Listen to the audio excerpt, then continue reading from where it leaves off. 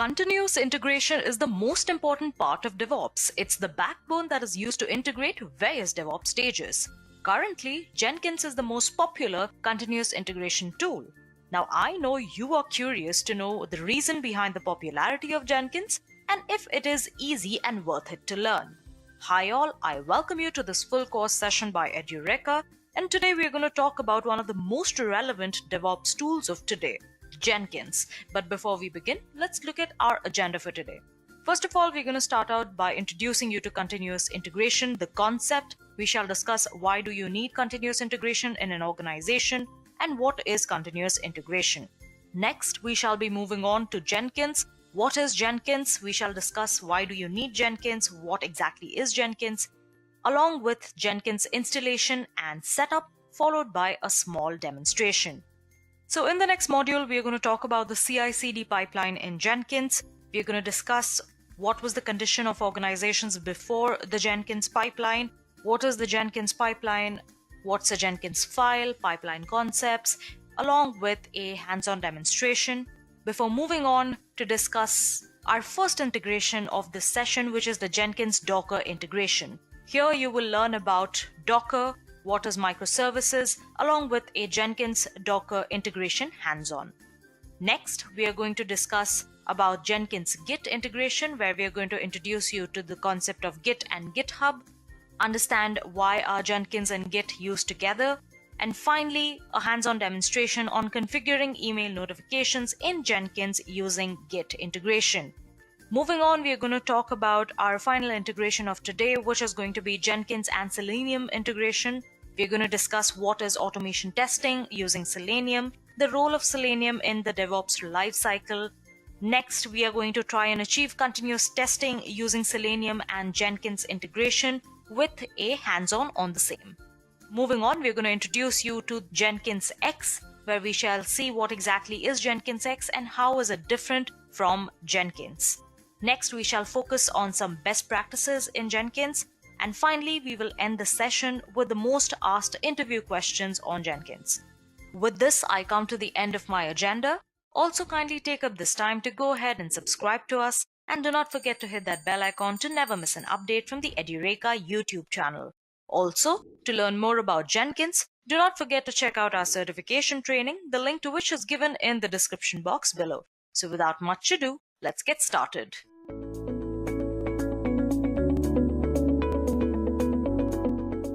So guys, let's talk about first, why do we need continuous integration, or referred to as CI? Let's talk of a scenario where we are not using continuous integration. When we work in a team, in a development team, there are multiple developers. All the developers works on different components for a project or for a code. A developer A may be writing a code thinking a scenario, let's say Python 1.0, developer B may be writing a code scenario 1.2, 1.3, and so on. One of the biggest challenges that we face is as an industry is how do we make sure that all the developers' code gets collaborated and we are having properly release getting deployed. That is the biggest challenge in the industry. Problem of infrequent release is the word that we use for. Now, another challenge that most developers face is debugging. Whenever you write a code, there are a lot of bugs and issues. A code is often thousands and thousands of lines. If you don't have any proper continuous integration mechanism or a packaging mechanism, you'll see it takes days, even weeks and months to debug your code to make it 100% bug free. That is a challenge which really makes development process very slow. So how to test the code? Testing used to be a monotonous task. There are teams used to spend months, a life cycle of a quarter to make the code, complete the test code and make sure it's bug free. What this used to happen is, guys, two things. You were not able to deliver it on time.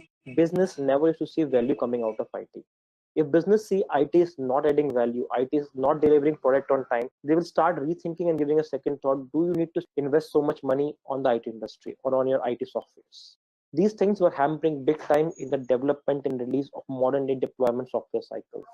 In modern day world, we want to make sure our deployment cycles are robust. We're able to cater the need of the market and deploy the products as soon as possible.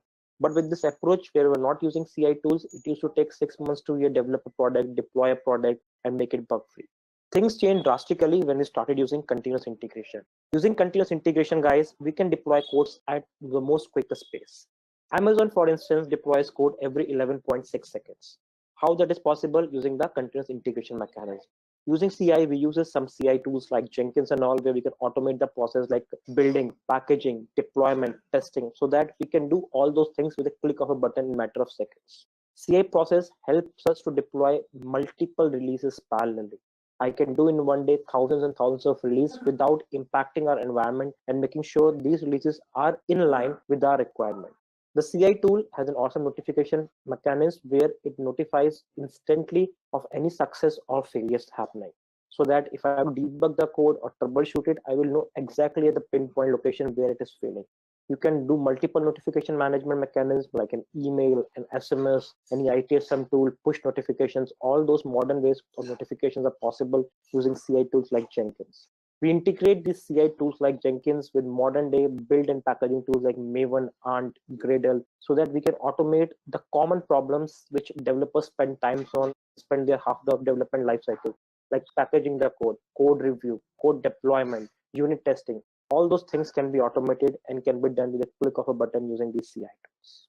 Now, what is continuous integration? We talked about it helps so much. It helps to save time. It helps to save so much energy. It makes releases so much frequent.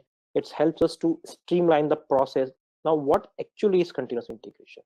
If I go traditionally, guys, continuous integration is basically, you can say, a process which helps us to combine or smoothen the automation of the task, like compiling the code, doing a testing, and deploying the code into our life cycles.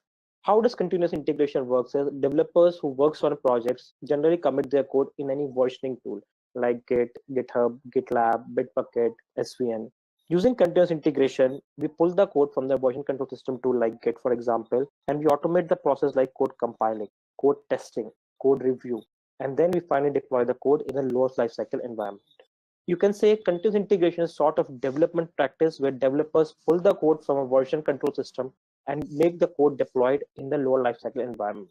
The beauty of using this CI tools is we can automate the process such a way whenever developer makes a new commit or new change in the version control system tool, we create a sort of pipeline, and the pipeline automatically picks the code from the VCS tool and then compile it and then deploy the software. Another good thing about this, there is least human intervention.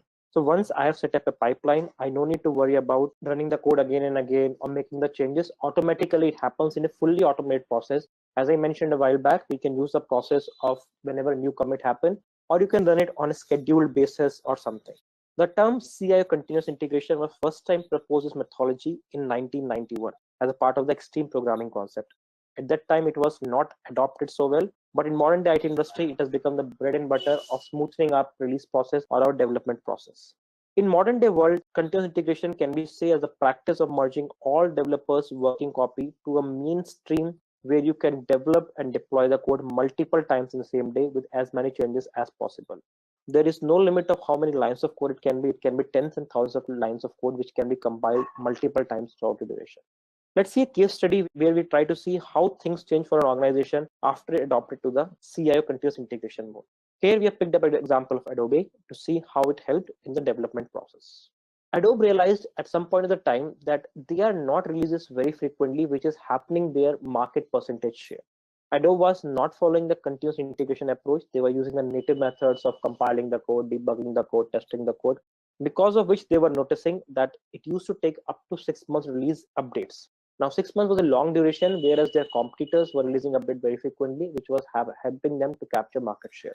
Adobe decided at some point of the time that we need to change our software development and deployment strategy, and they tried to adopt the continuous integration mechanism. Once they adopted the continuous integration mechanisms, they found that the response time was a lot better and a lot faster. They were able to deploy the updates more frequently with every time a change was made by a developer or new release was being released, and it helps reduce the response time, and they were 60% more faster. The development teams were getting more effective, and they were able to redeploy releases far more in a better and structured way than what they were doing without using CI. You can see how CI helps industry. Amazon is the best case study. Amazon in modern day scenario deploys code every 11.6 seconds, almost 5 times every minute. This is all possible using continuous integration.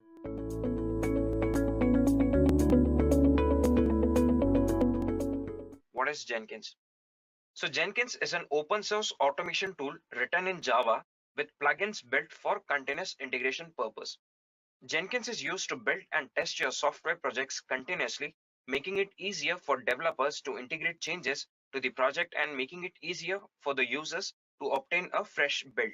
It also allows you to continuously deliver your software by integrating with a large number of testing and deployment technologies.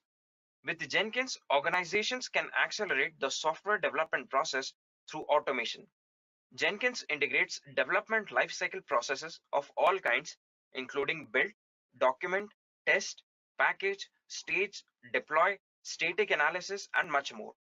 Jenkins achieves continuous integration with the help of plugins. Plugins allow the integration of various DevOps stages. If you want to integrate a particular tool, you just need to install the plugin that is required for that tool. Jenkins supports various plugins such as Git, Maven 2 Project, Amazon EC2, HTML Publisher, and so on. So what are the advantages of Jenkins? So Jenkins is an open source, free of cost tool with great community support. And it is very easy to install Jenkins. Jenkins has 1000 plus plugins to ease your work. Even if a plugin does not exist, what you can do is you can code it and you can share it with the community. Since Jenkins is built with Java, it is portable to all of the major platforms. So these were some of the advantages of using Jenkins. So now let us talk about the Jenkins architecture. So as you can see on the screen, this is the diagram that represents Jenkins architecture. So what happens is normally you're a team of developers and you're working on some project. So what happens is every developer commits the changes to the source code. So say for example, your code is hosted on GitHub. So every developer commits changes to the source code. And what Jenkins does is it fetches the code from the GitHub using Git and it prepares a build for that project. So once Jenkins prepares the build, you can forward that build to these test servers, say for example, Selenium. And once the code is tested, you can forward that code to the production server. So this is how Jenkins architecture works. So what was wrong with this architecture? So as you can see here, there is a single Jenkins server here. So this single Jenkins server was not enough to meet certain requirements. So say for example, sometimes you might need several different environments to test your builds. This cannot be done by a single Jenkins server. If larger and heavier projects get built on a regular basis, then a single Jenkins server cannot simply handle the entire load. So to address the above requirements, Jenkins distributed architecture came into picture. So now let us talk about the distributed architecture. So as you can see here, there's a single Jenkins master and you have 3 slaves. You can have as number of slaves as you want. So the use of this master-slave architecture is to manage the distributed builds. So in this architecture, the master and slave communicate through the TCP/IP protocol. So if you talk about Jenkins master, your main Jenkins server is the master. So there are a few responsibilities of Jenkins master in this architecture. So say for example, scheduling build jobs, dispatching builds to the slaves for the actual execution, monitoring the slaves, possibly taking them online and offline whenever required, recording and presenting the build results. A master instance of Jenkins can also execute build jobs directly. So this was about the Jenkins master. So if you talk about the Jenkins slaves, a slave is a Java executable that runs on a remote machine. So what are the responsibilities of the Jenkins slaves? So slave hears requests from the Jenkins master instance. Slaves can run on a variety of operating systems. So you can have one slave working on a different operating system, say for example Linux, you can have one slave working on Windows and so on. The job of the slave is to do as they are told to, which involves executing build jobs dispatched by the master. You can configure a project to always run on a particular slave machine or a particular type of slave machine, or simply let Jenkins pick up the next available slave. So this was about the Jenkins distributed architecture or the Jenkins master-slave architecture. So now let us talk about how does this architecture works. So you can have a look at the diagram that is present on your screen right now. So in this example, we use Jenkins for testing in different environments like Ubuntu, Mac, Windows, and so on. So in this architecture, Jenkins checks the Git repository at periodic intervals for any changes made in the source code. Each build requires a different testing environment, which is not possible for a single Jenkins server. In order to perform testing in different environments, Jenkins uses slaves as shown in the diagram. Jenkins master requests these slaves to perform testing and to generate test reports. So this was an example that shows how Jenkins master-slave architecture works. And now let us talk about the demo. So in this demo, I'll show you how do you configure Jenkins Master-Slave architecture. So first you need to start Jenkins through the command prompt. So the command for that is java-jar space jenkins.war, and if you want any specific port for Jenkins, say for example 9191 in this case, even if you do not specify this command http port 9191, the default port that will be used by Jenkins is 8080. So in this case I'm using this command and this port http port 9191. So this command will start Jenkins. And one more thing I would like to mention here, before running this command, you need to navigate to the Jenkins location on your system, wherever your Jenkins folder is present. So say for example, in my case, I'll just show you. It is present on C drive. Okay, program files and Jenkins. Okay. So this is the location where you need to first navigate on your command prompt, and then you need to run this command java-jar jenkins.war and http port. So starting Jenkins might take a few minutes. Okay, so as you can see here, Jenkins is fully up and running. So now we will open Jenkins in the browser. So what you need to do here is type localhost : if your default port is 8080, you can type 8080 or 9191. So as you can see here, this is the Jenkins homepage, and here you need to enter your username and password. So as you can see here, this is the Jenkins homepage, and now we have to add the slave here. So for that, what you do is click on Manage Jenkins, and in this you have to click on Manage Nodes and Clouds. So as you can see here, you have to click on New Node, and say for example, you can name your slave 1 and click on Permanent Agent. Click on OK. Okay. So here you need to mention these things for these slaves, like this is the information of that slave. So the description here you can write in anything that you want, or any particular task that you are using the slave for. So say for example, I'll just mention here Jenkins slave.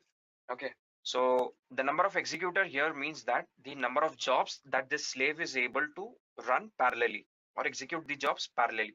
So say for example, you can write or you can mention whatever number that you want here. So say for example 2 jobs I'm mentioning here. Okay, and the next thing here which you need to mention is the remote root directory. And in this case, what you need to do here is you have to create a workspace for this slave. Okay, so say for example, you can create a folder on your system. So as you can see here, I've created one folder. So here what you need to do is you have to create a workspace for your slave 1 underscore workspace, and you just need to specify the location of this slave on the Jenkins slave 1 underscore workspace ws. So label here is something that uniquely identifies this slave. So you can write whatever you want. Jenkins slave I can write. So if you talk about the usage, you can click the option of use this node as much as possible, or only build jobs with label expressions matching this node. You can use any option that you want. So as of now, I'm using this option, use this node as much as possible, and the launch method.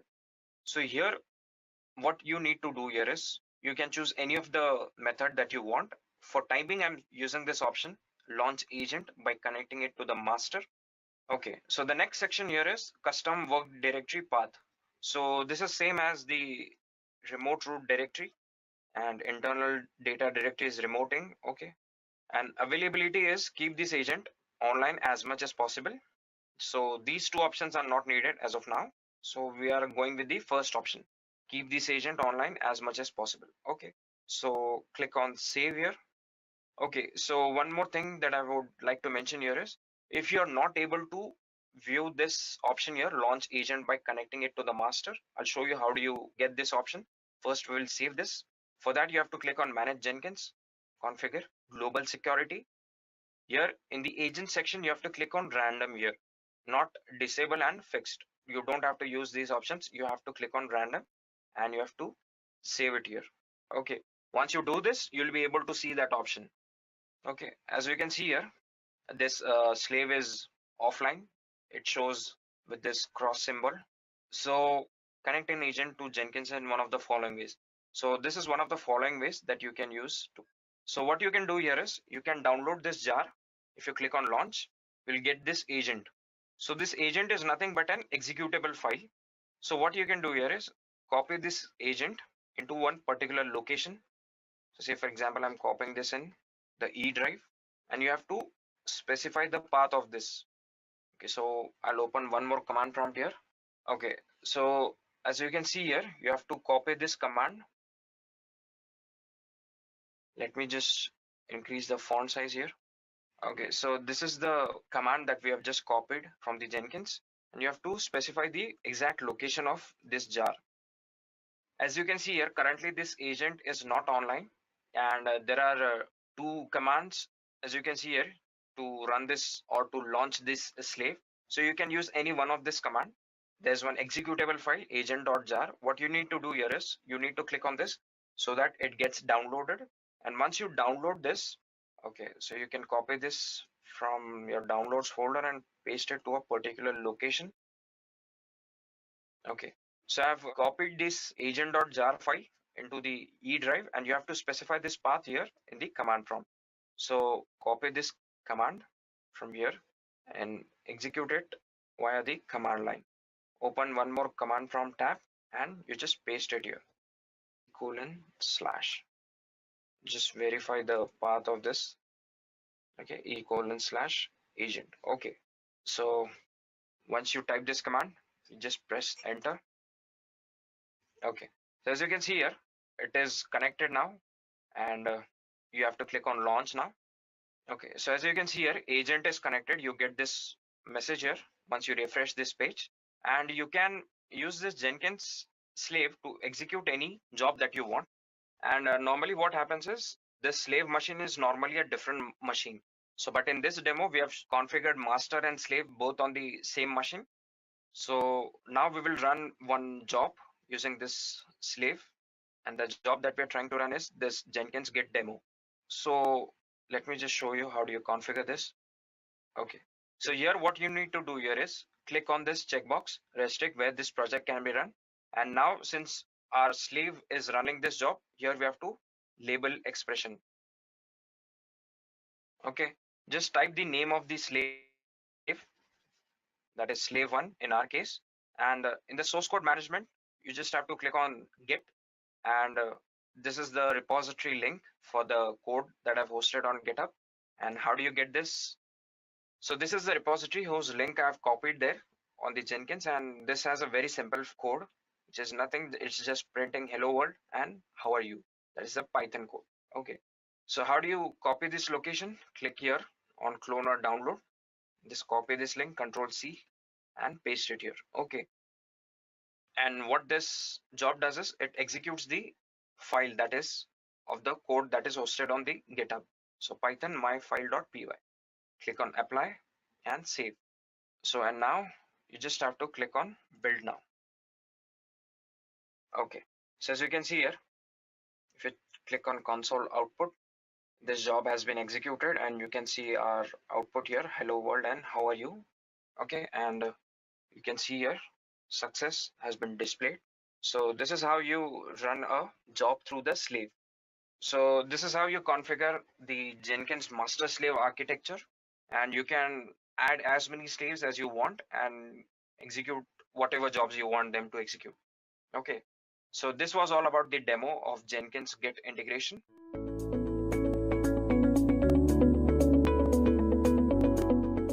Distributed Jenkins configuration. The objectives would be to first of all understand what exactly we mean by distributed Jenkins build, also known as Jenkins slave configuration. And we will configure master Jenkins node. We will configure the Jenkins slave node. We will talk about managing nodes and distributing jobs over the nodes. We will talk about binding jobs on the master and slave setup. And then finally, we will talk about labeling the nodes to run a specific job on a specific node. All right, so with that, let's get started. So where does this concept of distributed build comes into picture? So the main reason behind it is the scalability for Jenkins. Now, scalability is the ability of a system to expand its capabilities to handle the additional load.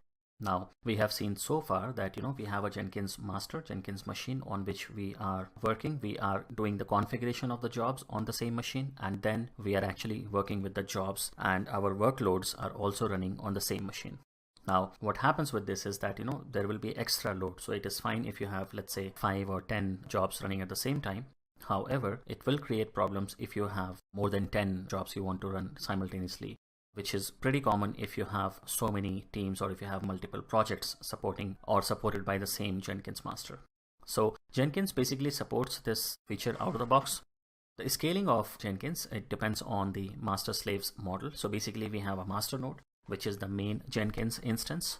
So far what we have been working with is actually known as the Jenkins master, on which you go ahead and install Jenkins and then configure all your jobs on which machine.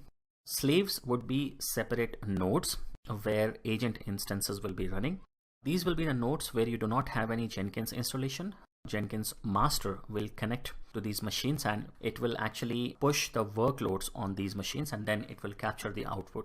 So only the compute capacity or the memory usage, all these things will be used of the slave. All the configuration and management would still be done on the Jenkins master. Master will be basically responsible for distributing jobs across slaves. So as you can see, the picture, how it depicts is that before you have a single machine, Jenkins master, which is fine, it's doing our purpose, but it is not exactly very scalable, and it will create problems when you want to work with multiple jobs simultaneously. So the moment you put multiple slaves, your Jenkins server or the Jenkins infrastructure becomes much more powerful. And again, there is no specific limit. There is no hard limit on how many slaves you want to have or you can have. You can actually have any number of slaves. You can have 5, 10, 50, 100 slaves for a single Jenkins master, and that's absolutely okay. So let's take a look at what are the benefits of Jenkins scalability, or when we talk about distributed builds. So the first and the most important benefit is, of course, the parallel build capability. So as I have told you, if you have only Jenkins master, let's say you can run maybe 2, 3 or 4 jobs simultaneously. If you have, let's say, 5 Jenkins slaves, then if you run 4 jobs on each one of them, you can have probably 20 or more jobs running at the same time in parallel. So that's a huge achievement. That's quite a good scalability. And again, as I said, you can have not just 4 or 5 nodes. You can have 10, 20, 30 different slaves, and each one can then run the jobs in parallel. Step 2, or the second benefit, would be that you can easily replace corrupted instances. So let's say you have 5 slaves and out of which one is not working. So you can simply move out that slave and you can put a new one in place of this particular slave. And that is not going to affect your rest of the Jenkins configuration. It is not going to affect at all any other jobs which are working or which are running on any other slave machines. All these things can automatically be done by Jenkins. Load distribution, of course, as we have spoke about. So of course, we don't have any hard limit in terms of how many jobs you can run in parallel. However, having said that, you still have a limit in terms of resource capacity. So any Jenkins server, you can probably have maybe 8 gigs or 16 gigs or 32 gigs of memory, and then you can have maybe n number of compute capacity. However, there will always be a limit on a single machine. So if you want to have more loads working simultaneously, then it's a very good way to increase your scalability on Jenkins and having more jobs running in parallel.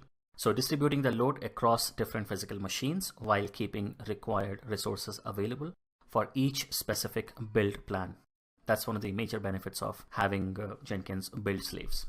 Of course, it is cost effective as well, because you have an option of adding and removing the slave instances on demand. So you don't have to keep the slaves running.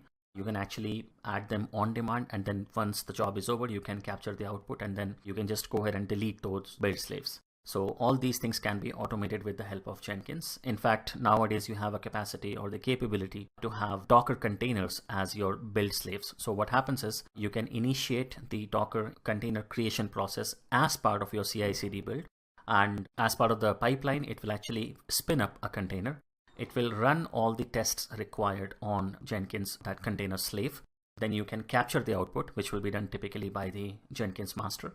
And once the output is captured, and let's say if there is an artifact, you just save the artifact wherever you need it to be.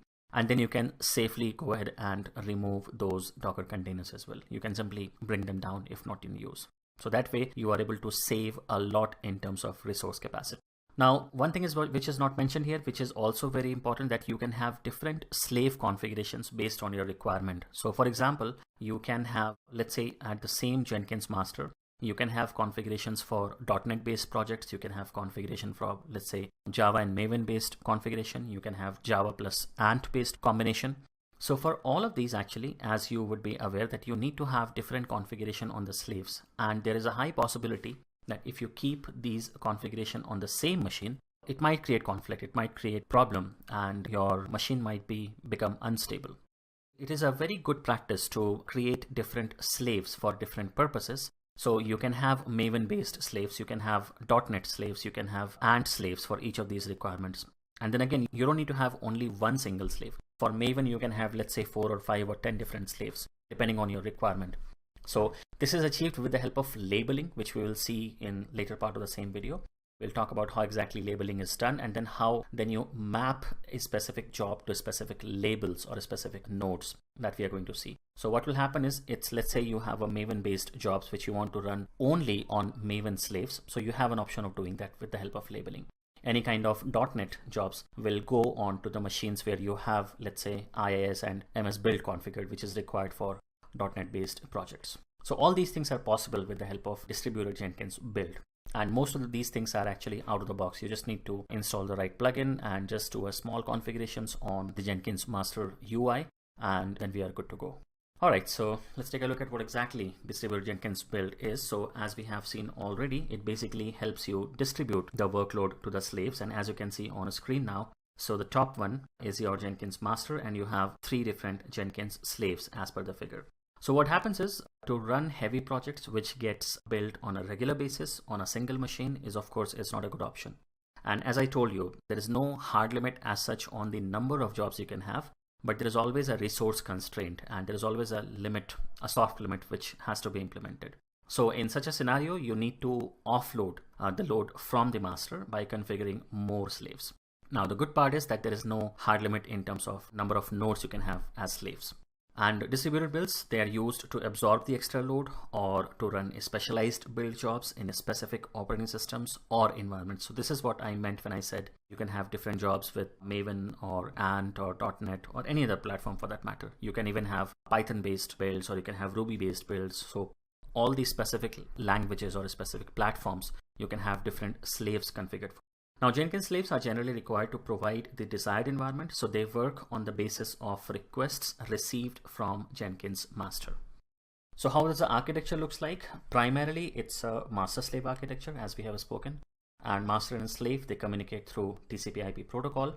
Master represents main Jenkins server, and it handles all the tasks for the build system. So basically, Jenkins master is your machine, or is the UI from where everything is being controlled. So some of the things which Jenkins master does is scheduling the build jobs, dispatching builds to the slaves for the actual execution, monitoring of the slaves, recording and presenting the build results, and it may also execute build jobs directly if needed. But in most of the cases, when you have slaves, you typically don't want to put the workload on the Jenkins master. You want to keep it free only for UI purposes. Because what happens if the load is extra on the Jenkins master, and if, let's say, it goes slow, then it might hit or it might affect the UI as well. It will take more time to load, and if you are saving something, if you're changing something, it might take a little longer to respond. It might hang as well, so which typically happens for any application which has got a resource crunch. So in order to avoid that, the best practice is to keep Jenkins master free only for the management purpose, and have slaves for respective workloads to be offloaded on those machines. So slave is basically a remote machine that is set up to offload build projects from the master, and it listens for requests from the Jenkins master. Each slave runs a slave agent. Now we have different ways of configuring a slave. We will take a look at some of them at least. And a full Jenkins installation on a slave is not required. You just need to have that agent configured. So basically, you initiate a machine as Jenkins slave. That's the bare minimum configuration you need. And of course, there are various ways to start slave agents, but there should be a bi-directional communication between the slave agent and Jenkins master in order to operate. So you need both ways communication. Most of the times it happens through SSH. So we have SSH as one of the mediums to be communicated. Apart from that, we have jar file based communication as well, based on JNLP. So we'll see that when we talk about the ways to connect Jenkins slave to the master. So what Jenkins does is the slave, basically it takes requests from master instance. It can run on various operating systems. You can have any kind of operating system as your Jenkins build slaves, and it will execute the build jobs which have been dispatched by the master, and where you have the node mentioned as the node label where it is matching. So if there is no label, if there is no specific needs as mentioned, then in those cases, Jenkins will allot or allocate the jobs in a round robin fashion to all the slaves which are available.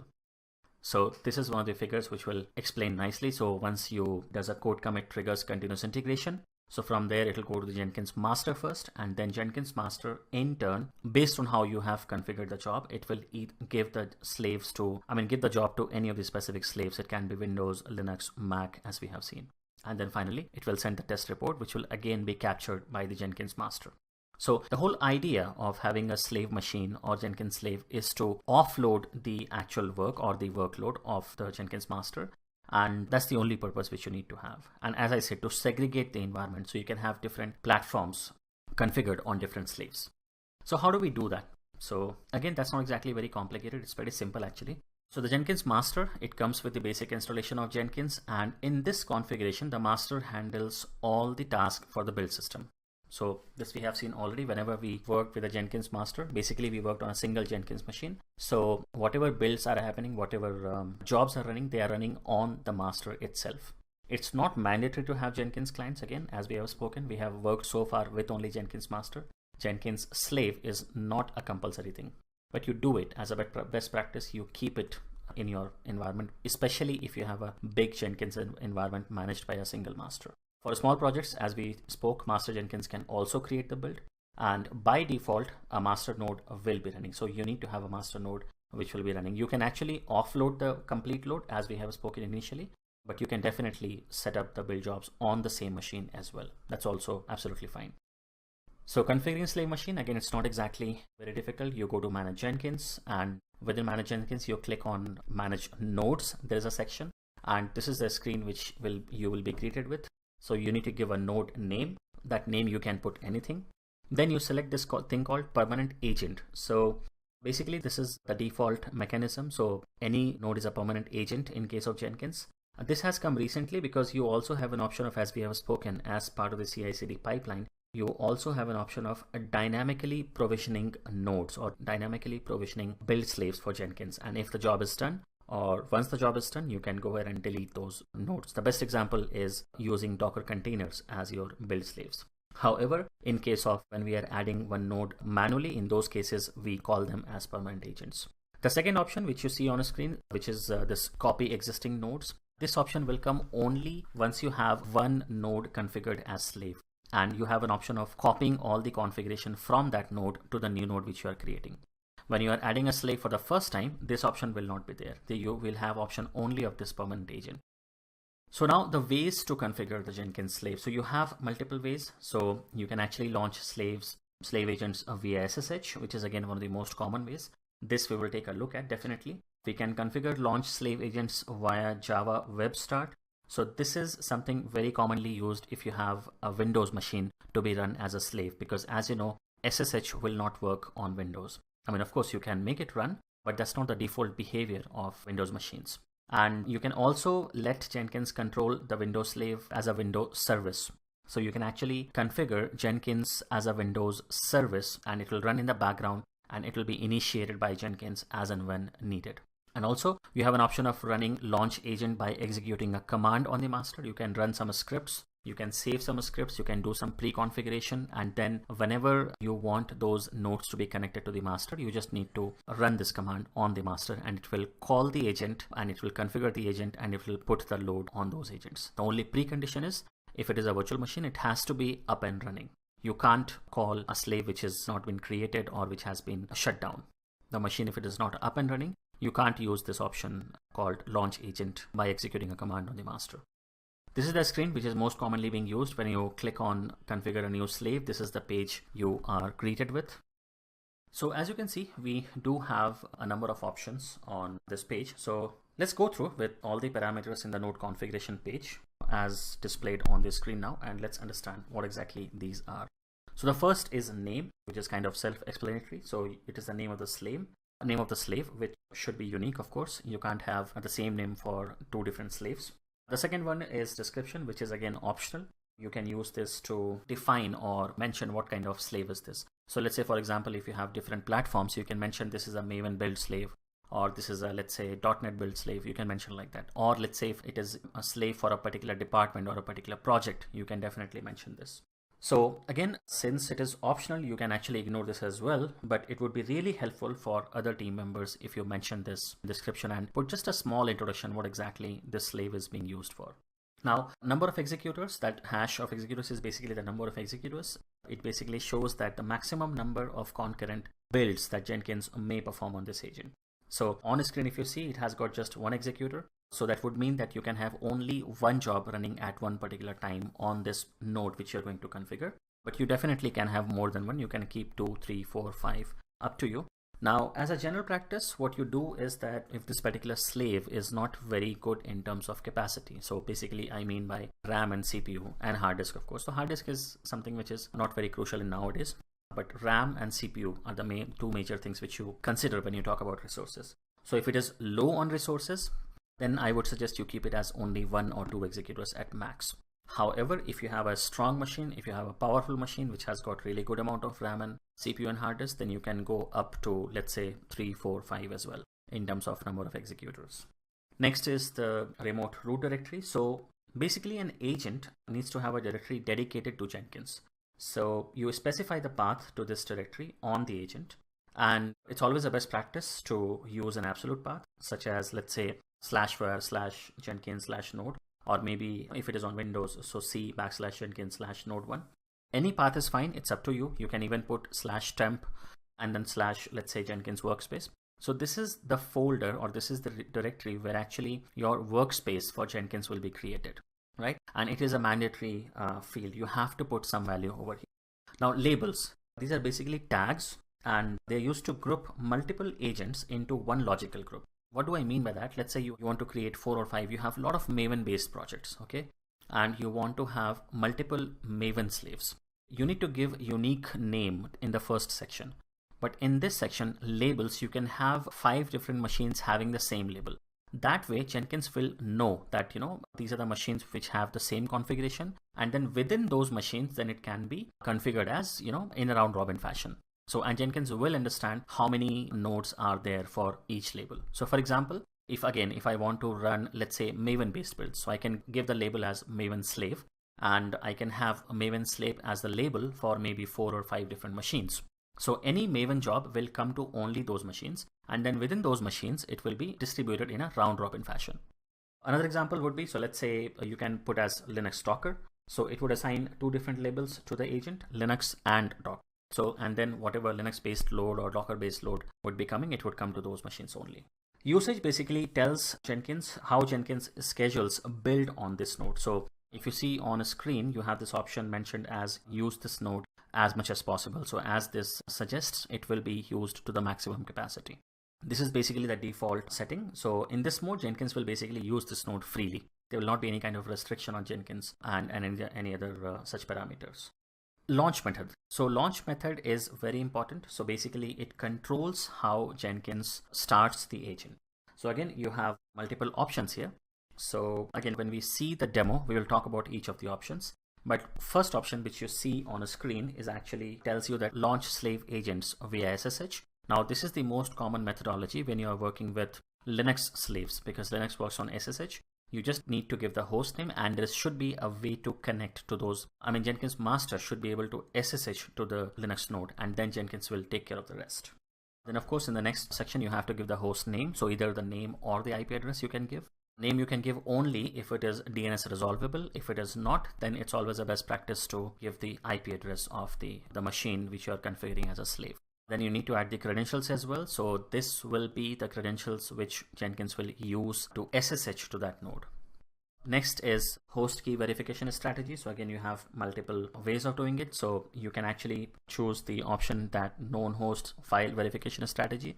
But in this case, you need to make sure that from Jenkins Master, you have SSH'd at least once to the Jenkins slave. Because if you would not have done that, then it will be stuck at the first screen where it asks for for you to type yes, that okay, should the Linux machine add this slave as a known host, right? So for that purpose, so that is the reason, as a best practice, when you configure this, just go to your Jenkins master and SSH into the Jenkins slave. That way that message will be overwritten and it will not come again. Otherwise, in the dropdown, you have an option of not using any kind of verification strategy. So that works fine as well. That's about the options. So let's take a look at all the major ways how actually you connect. So launch methods, these are the launch methods through which Jenkins will start the agent on the slave machines. So the first option, as we have spoken, launching a slave agent via SSH. So this is the most common used in a Linux-based environment. So it starts a slave by sending commands over a SSH connection. So slave should be reachable from the master, and you need to provide an account that can log in into the target machine as well. And in fact, as a best practice, what we do is we make sure that Jenkins master is able to do a passwordless authentication to the Jenkins slave. And in a Unix environment, the most convenient way to start a Jenkins slave is to use SSH. So not only Unix and Linux both, SSH is the most preferred way, unless you have a specific reason to do otherwise. So the second option, launch agent via Java Web Start. It will actually, you need to click on the agent.jar. It will save the file, and you have to push this file on the Jenkins slave as well. So basically it allows slave to be launched using Java Web Start. In this case, a JNLP file must be opened on the agent machine, which will establish a TCP connection to the Jenkins master. Now, this would mean that the agent need not be reachable from the master. The agent just needs to be able to reach the master. If you have enabled, let's say, security via that global security page, so configure global security option under manage Jenkins, then you can customize the port on which the Jenkins master will listen for incoming JNLP agent connections. So by default, this agent actually is launched via GUI. As you can see here, you need to click on launch, and if the agent is headless, you can actually use this command as well. If you see at the bottom, you have this option of using GNLP, this full command. You just need to make sure that you are running it from the same folder where you have agent.jar file saved. That's all you need to do. The next option is to manage Windows Slave as a Windows service. So as we have spoken, this starts a Windows Slave by a remote management facility. So this is basically WinRM in Windows, where you can do a remoting on a Windows machine from outside. You don't need to do an RDP. It's like a counterpart for SSH on Windows machines. In fact, if you are working with PowerShell, you use it very often, WinRM capability. So you can manage Windows slaves by using this option, and the only condition is that the slaves have to be reachable from the master via the IP. The master should be able to ping and do the remote in, so WinRM should be available for these kind of communications. Typically, you use 5985 as the port to be used in case of WinRM if you're using it. And the last option is the launch agent. So basically, you manually launch the agent, or you run this command every time when you start the agent. So basically, it starts a slave by executing a command from the master machine. And as a command, you mention which jar file to be chosen and which jar file to be executed. So that takes care of the starting of the agent on the remote machine. You basically use this when the master is capable of remotely executing a process on another machine. It can be SSH or RSH as well. So remote shell or secure shell is the options which you use. All right, so when you configure the Jenkins slave, as we have spoken, the name is a unique way of identifying your slave machine. So it can be anything, but you need to make sure that it is something meaningful so that you understand which machine you're trying to connect to. And again, you add description to make other human beings to be understandable. So basically, it's helpful for your teammates when they are checking this thing, when they are on the UI and trying to understand the purpose of this node. This description should help them. Number of executors, as we have spoken, so it basically defines how many concurrent build jobs that this node can execute. So, and this is something which is configurable, and as a best practice, as I told you, if it is a machine with small capacity, not very heavy resources, you keep it as 1 or 2 maximum. If you see that your machine is quite powerful, let's say 16 gigs or 32 gigs of memory and having, let's say, 8 vCPUs and all, then of course you can have more number of jobs or more number of executors. So this is the maximum limit of simultaneous jobs running on that machine. So Jenkins, of course, it needs to know where it can find the build tool. So for example, so the build tool examples could be JDK, Maven, and Gradle, etc. So if the build tools are configured to be automatically installed, then no extra configuration has to be done for the slave machines. Jenkins will download and install the tools as required. However, if the build tools are installed locally on the slave machine, we need to provide Jenkins where it can find them. So you do this by selecting the tool locations checkbox and providing the local paths for each of the tools you will need for your build jobs. Now, this is important to understand because especially when you have multiple nodes serving the same label name. So let's say if you have 4 machines for Maven build jobs, you need to make sure that the tool location or the build tool locations for, let's say, Maven or Ant or Gradle is exactly the same on all the machines. So let's say if it is /var/lib/maven, it has to be the same exact path on all those 4 machines. Otherwise, it will create conflict. So you need to be very careful with that part. Managing nodes, again, it's not exactly very difficult. Most of the things are out of the box. When you work with Jenkins, the slave machines are actively monitored by Jenkins, and most of the things, and as a summary, you do see when you see the home page for manage nodes. And if Jenkins considers that the node is incapable of safely performing a build, it will simply take the node offline. You don't need to worry about that. Then you can, check out the machine. You can maybe do a SSH and see what exactly is the problem, then fix it, and then you just make it online again. And then Jenkins will start dispatching the workload to that machine or to that node. And under the manage nodes screen, we can see what exactly Jenkins monitors. And if any of these criteria is not met, Jenkins will automatically take the server offline. So how does Jenkins monitor the slave? Jenkins monitors the slave agent in different ways. So it monitors the response time. So a slow response time can indicate either the slave machine is down or there is a network problem. So if any one of them occurs, and if master sees that the response time is high or maybe higher than the actual threshold, it will bring the machine offline. It will label the machine simply as offline. It monitors the amount of space taken up by the build job. So disk space, temporary directory, swap space, all these things will be checked. And very minute thing, but very important, it checks the system clock. So far as I remember, you cannot have a clock from the Jenkins master. Jenkins slave clock cannot drift more than, I think, 2 minutes or 3 minutes. If it is more than that, then it will simply tell that you need to fix the clock timings. So you need to make sure that Jenkins master and Jenkins slave have the exact same timings. If there is a time drift, then it will, again bring the node offline. This is how the list looks like when you work with Jenkins, manage Jenkins, and click on manage nodes. This will show you, of course, there'll be one master node, which is the Jenkins master. And then you will have 2 different, whatever number of slaves you have, that will be shown. And as you can see here, it will show the name of the slave, the architecture on which machine it has been built. It will show the clock difference. So in sync would mean that everything is good and there is no drift more than 2 minutes. I think 2 minutes is the maximum limit which you can have. Then of course it will show the free disk space as well for each one of them, free swap space, free temporary space, and the response time. So as long as the response time is within milliseconds, it is fine. If it is a couple of seconds, if it is more, then of course there is a problem and Jenkins will bring the server offline. So you can actually mention the threshold limits as well by preventing node monitoring option. You can mention what kind of space threshold you want, what kind of swap space you want, and whether you want these to be monitored or not. That can also be controlled. So if you just remove the check marks, then these things will not be considered. But that's not a good idea because all those 3-4 things which we have seen in the previous screen, these are very important. So you would like to monitor the clock difference, the free space, and the response time. These are the mandatory things you should have. Because if you don't monitor this, and if there is a high chances of that Jenkins will not know if there is an issue with any of these things, and it might affect your actual build. So it's always a good idea to monitor some of these basic parameters by Jenkins.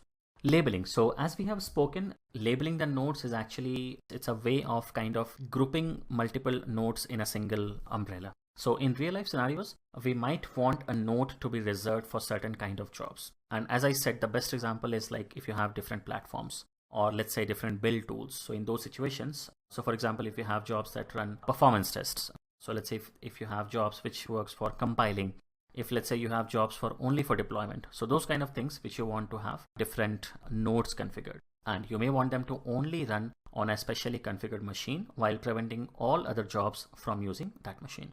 So to do so, you would restrict where the test jobs may be running by giving them a label expression matching that machine.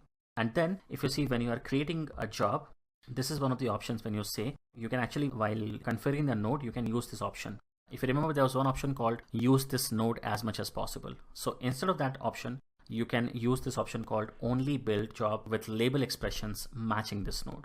So we'll talk about this in just a bit. We'll see a live demo to understand what exactly it means. So labels are actually a very useful concept when you distribute build architecture and when it becomes big in size. So you can define labels or tags to each build node and then configure a build job to run only on a slave node with a particular label. So this way you do a slave to job mapping kind of thing. So only those specific jobs will go to those specific slaves. Right? That kind of mapping can be controlled and managed through Jenkins labels or the slave labels. Usage field basically allows to configure how intensively Jenkins will use this slave. So there are 3 options available. So first one we have seen already, utilize the slave as much as possible, leave this machine for tied jobs only, and the third option is take the slave online when in demand and offline when idle. So typically the third option would be the most useful because this way you will be able to control the nodes. But again, it depends on your requirement. You can have any one of these. This is how you basically do the mapping. Once you have configured the node, when you are creating the job, you can choose this option called restrict where this project can be run, and then give the label of the node, not the name of the node. Be careful with that. So with the help of label, you can control that this job will go to only those slave machines and not anywhere else, not even on master. Now, some of the important points to remember when you are labeling the nodes, that the simplest use of label expression is to determine where a build job can or cannot be executed. If your web test requires Internet Explorer, for example, you will need them to run on a Windows machine. So you could express this by simply quoting the corresponding label, which may be, let's say, Windows or maybe testing or maybe UI testing. So whatever label you have mentioned, you just need to make sure that the same label you are calling here when you are configuring the job. Let's say if you want to run tests against Firefox, but only on Linux machines. So you could exclude Windows machines from the range of candidate build nodes by using the negation operator. So exclamation Windows would mean that you don't want to run this on Windows machines, anything else but Windows. That's what it means. And then you can do the multiple combinations of AND operators and, exclamation marks, all these things to set up how exactly you want them to be working for you. Enough of theory. So let's take a look at how exactly we work with distributed Jenkins build. So this is my Jenkins Master, which we have been using so far for our demos. I have these machines as well up and running. So this is the machine which I'm using using as Jenkins Master. As you can see, this IP address ending with 145 corresponds to the IP address on the address bar here, ending with 145:8080 is the port number. As you know, Jenkins works by default, listens by default on port 8080. So once that is done, what I have done is, apart from this machine, I have created 2 more machines having IP addresses like this. So this is ending with 146 and this IP address has got ending with 147. So these are the 2 machines which I intend to use as build slaves. So I'm on my Jenkins master. I need to go to manage Jenkins page, and from there I need to scroll down a little bit and click on manage nodes. So as you can see here, Saturn I have already added as my build node, and I've given this name as Maven as a label. So what we'll do is, and if you want to make any changes, you can just go to this configure page. This is how it looks like, and you can actually make any changes. So let's say I want to, number of executors I want to increase from 1 to 2. You can actually do that. Click on save, and if you just notice on your left hand side, build executor, as of now it is showing only 1 as idle. The moment I click on save, now it will show as 2 as idle. And if I go to the Jenkins main page, if you see here, I have master having 2 idle executors and Saturn, which is my first build slave, as 2 idle executors. So master and slave combined, I can have 4 different jobs running simultaneously on my Jenkins infrastructure. Alright, so let's go to manage Jenkins again and go to manage nodes. Now let's say I want to set up a new machine, a new node I want to add here. So again, the process is simple. Click on new node.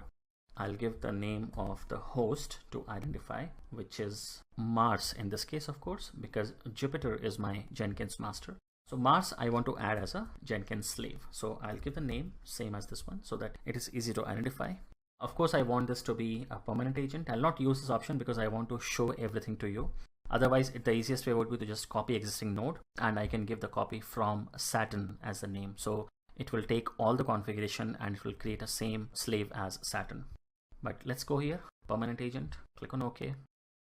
Now, as you can see here, it is giving me all these options which we have discussed. So name is fine. It has to be unique. That's the only criteria. And for our understanding, it has to be something which is identifiable, which is easy to understand that which node I'm referring to. So by default, I keep my name as the host name of the node. That way I know which node is I'm talking about. Description again, let's put something like, so that should be good enough. Again, let's keep as 2 executors. I can actually keep 1, 2, 3, 4 also. Let's keep it 4 just for demo purpose. Anyways, we are not running multiple jobs, so that should not affect anything. Remote root directory, as we have spoken, you should give something. So you can typically give home folder, or in my case, let's keep it as temp folder. So what it will do is it will go ahead and create the workspace of Jenkins inside the temp folder. This is important, labels. So as you remember, Saturn I have labeled as Maven. So let's do this one as well. Let's select as Maven itself so that it will be clubbed along with Saturn, right? So, and basically I'm using it for any kind of Maven jobs. So we'll take a look at that. And as you can see here, the moment if I click on usage, I have 2 options. So the first option says use this node as much as possible. And the second one says only build jobs with label expression matching this node. So I believe in the first, when I was configuring Saturn, I have chosen the first option. So in this case, let's choose the second option. So this would mean that Jenkins will not use this node unless we have mentioned in the job that I want to use a slave which has got a label called Maven. Then we have again multiple options. As you remember, we have multiple options to start the agent. We will stick to the first option which says launch agent via SSH. Of course, now I have to provide the host name or the IP address. So in my case, the IP address is this, or I believe it's 146. Let's just do a cross check. Yeah, it is 146. And now in this case, actually, I already have the credentials added here. I have a Vagrant user on my slave machine. So I have just added here ID and the password. If it is not there, when you are doing it for the first time, you just need to click on this add, click on Jenkins and add the ID and the password. Not only this, you can actually define if let's say you have passwordless authentication. So you can just choose this username, SSH username with private key option, and then you can just provide the key. So if you select this option, username with private key, it will ask for the username. You can give, let's say, Vagrant, and private key, you have multiple options. So if you click on this entire enter directly, you can put the whole key here. You can copy it from your other nodes and you can put it over here. But that's not required. I have already added the user ID and the password. I just need to select that option. So if I do this, looks good. Again, if there is any issue, if Jenkins is not able to connect, it will throw an error message over here. So if you remember, when I chose this option, no, looks like so I have this user over there. So I just stick to Vagrant, which is my user, which is available on all the nodes. So that's the safest way for me. Again, when you click on this host key verification strategy, you have 4 options. You can either do manually provide key, manually trust the key, known host file verification strategy. I would do, the most common is to known host file verification strategy, but in this case, you need to make sure that you have logged in at least once using SSH from your master to the node which you are configuring. Otherwise, it will be stuck on the first screen. If you remember, in Linux, whenever you do SSH for the first time to any of the other hosts, it asks you that whether it can add this to the known host files or not. So that is something which you need to take care. In my case, I'll go safe and I'll just choose this non-verifying verification strategy. Since it is lab environment, it is fine. The last option is the availability part. So as we have spoken, so you have 3 options. Keep this agent online as much as possible.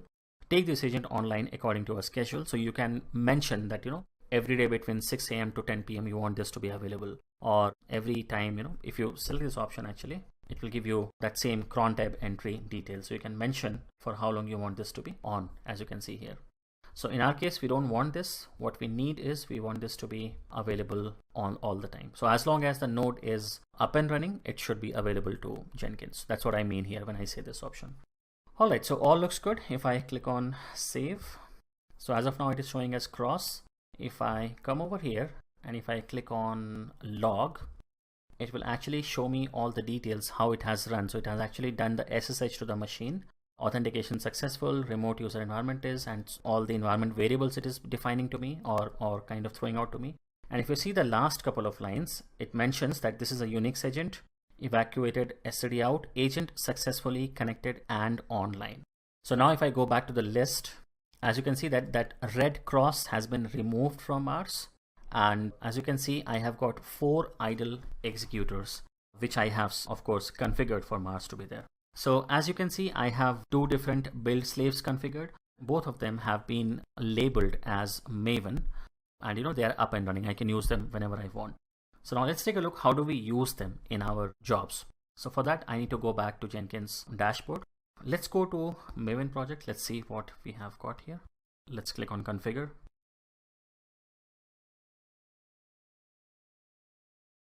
So I have my test dev configured, and this is the repository which we have been using so far. So if you see here, I have this one. This is on my GitHub repository. This is the one I'm using, which has got a couple of test files and one pom.xml file, which basically, it's more like a dummy file, but it has got the information about, this will basically initiate the Maven project. So I go there and compile and test. So that looks okay. Post build action not required. No notification is needed. If I just select this option, actually, let's run it first time. Let's see what happens. So as of now, it is random. So it might go to a slave or it might run on the master itself. Let's see what happens. If I click on build now, as you can see here, it has been taken by the master itself. This shows that it is build number 9. And if I want, I can actually go to the console output. It will tell me that it's building on master and all these things. So rest all is expected. If I go back to project, in fact, let's go back to Jenkins main page. Let's run it once again. So as I've told, this is random at the moment, so it can go anywhere. Basically, it will go to the default one. So master is basically the default one at the moment. So it will go to master only. Now let's do one thing. Let's go to this job again and go to configure. And let's choose this option, restrict where this project can be run. And let's provide a label. The moment you type M, it will give you the options. So let's say I click on Mars, but this one is not the name of the label. This is the name of the agent, which again, it will not take. So instead of that, if I click on M again, if I choose Maven, as you can see here, now Jenkins is smart enough to tell me that label Maven is serviced by 2 nodes. So if you remember, we have given the same label for both Saturn and Mars. And if I click on this link, let's see what does it show me. So it comes to the node page, and if you see on the address bar, it shows label and Maven, and it shows that this label is served by Mars as well as Saturn. So I can go ahead and check out these ones. Not needed. So I can go back to my main page and that's all is needed. If I go ahead and click on save, and this time, if I come back to the home page and if I click on build now, as you can see, this time it is running on Mars and not on Saturn, not on master. So since Mars and Saturn are the labels which are running, which are matching for this node, for this label, so it will be taken round robin on any one of them. Basically, whichever is free. It's kind of random. So let it complete and then we will proceed.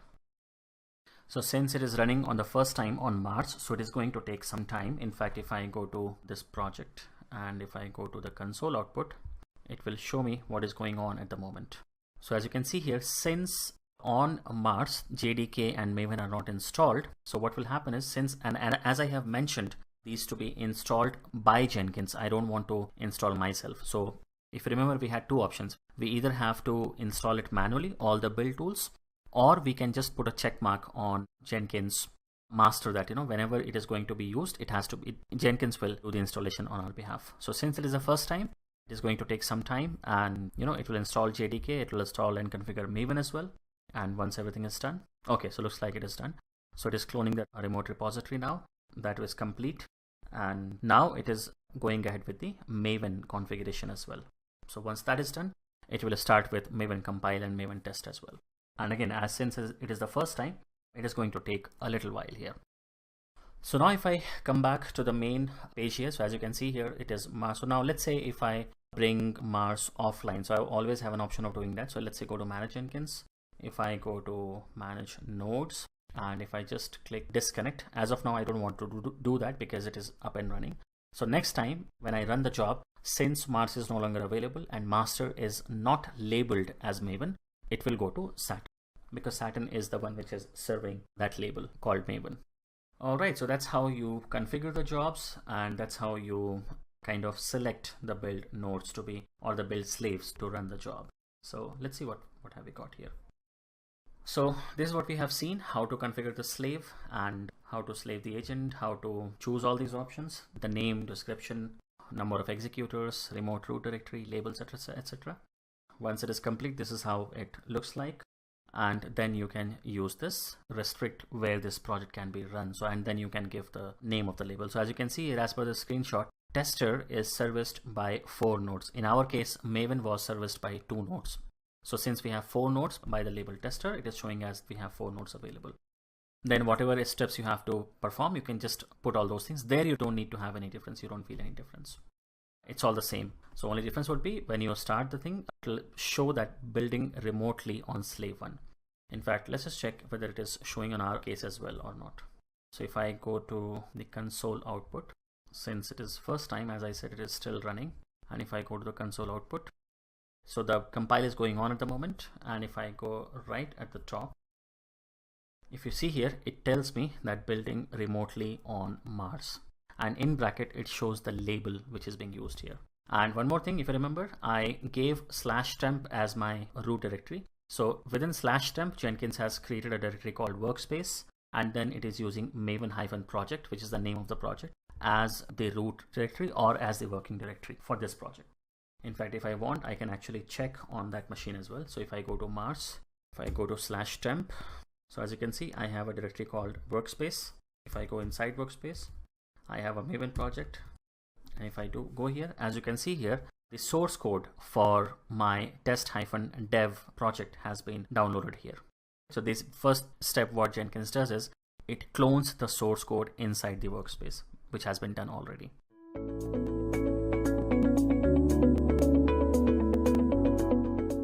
Now, before jumping into how Jenkins Pipeline uses continuous delivery, let's look at a few features that existed before the Jenkins Pipeline.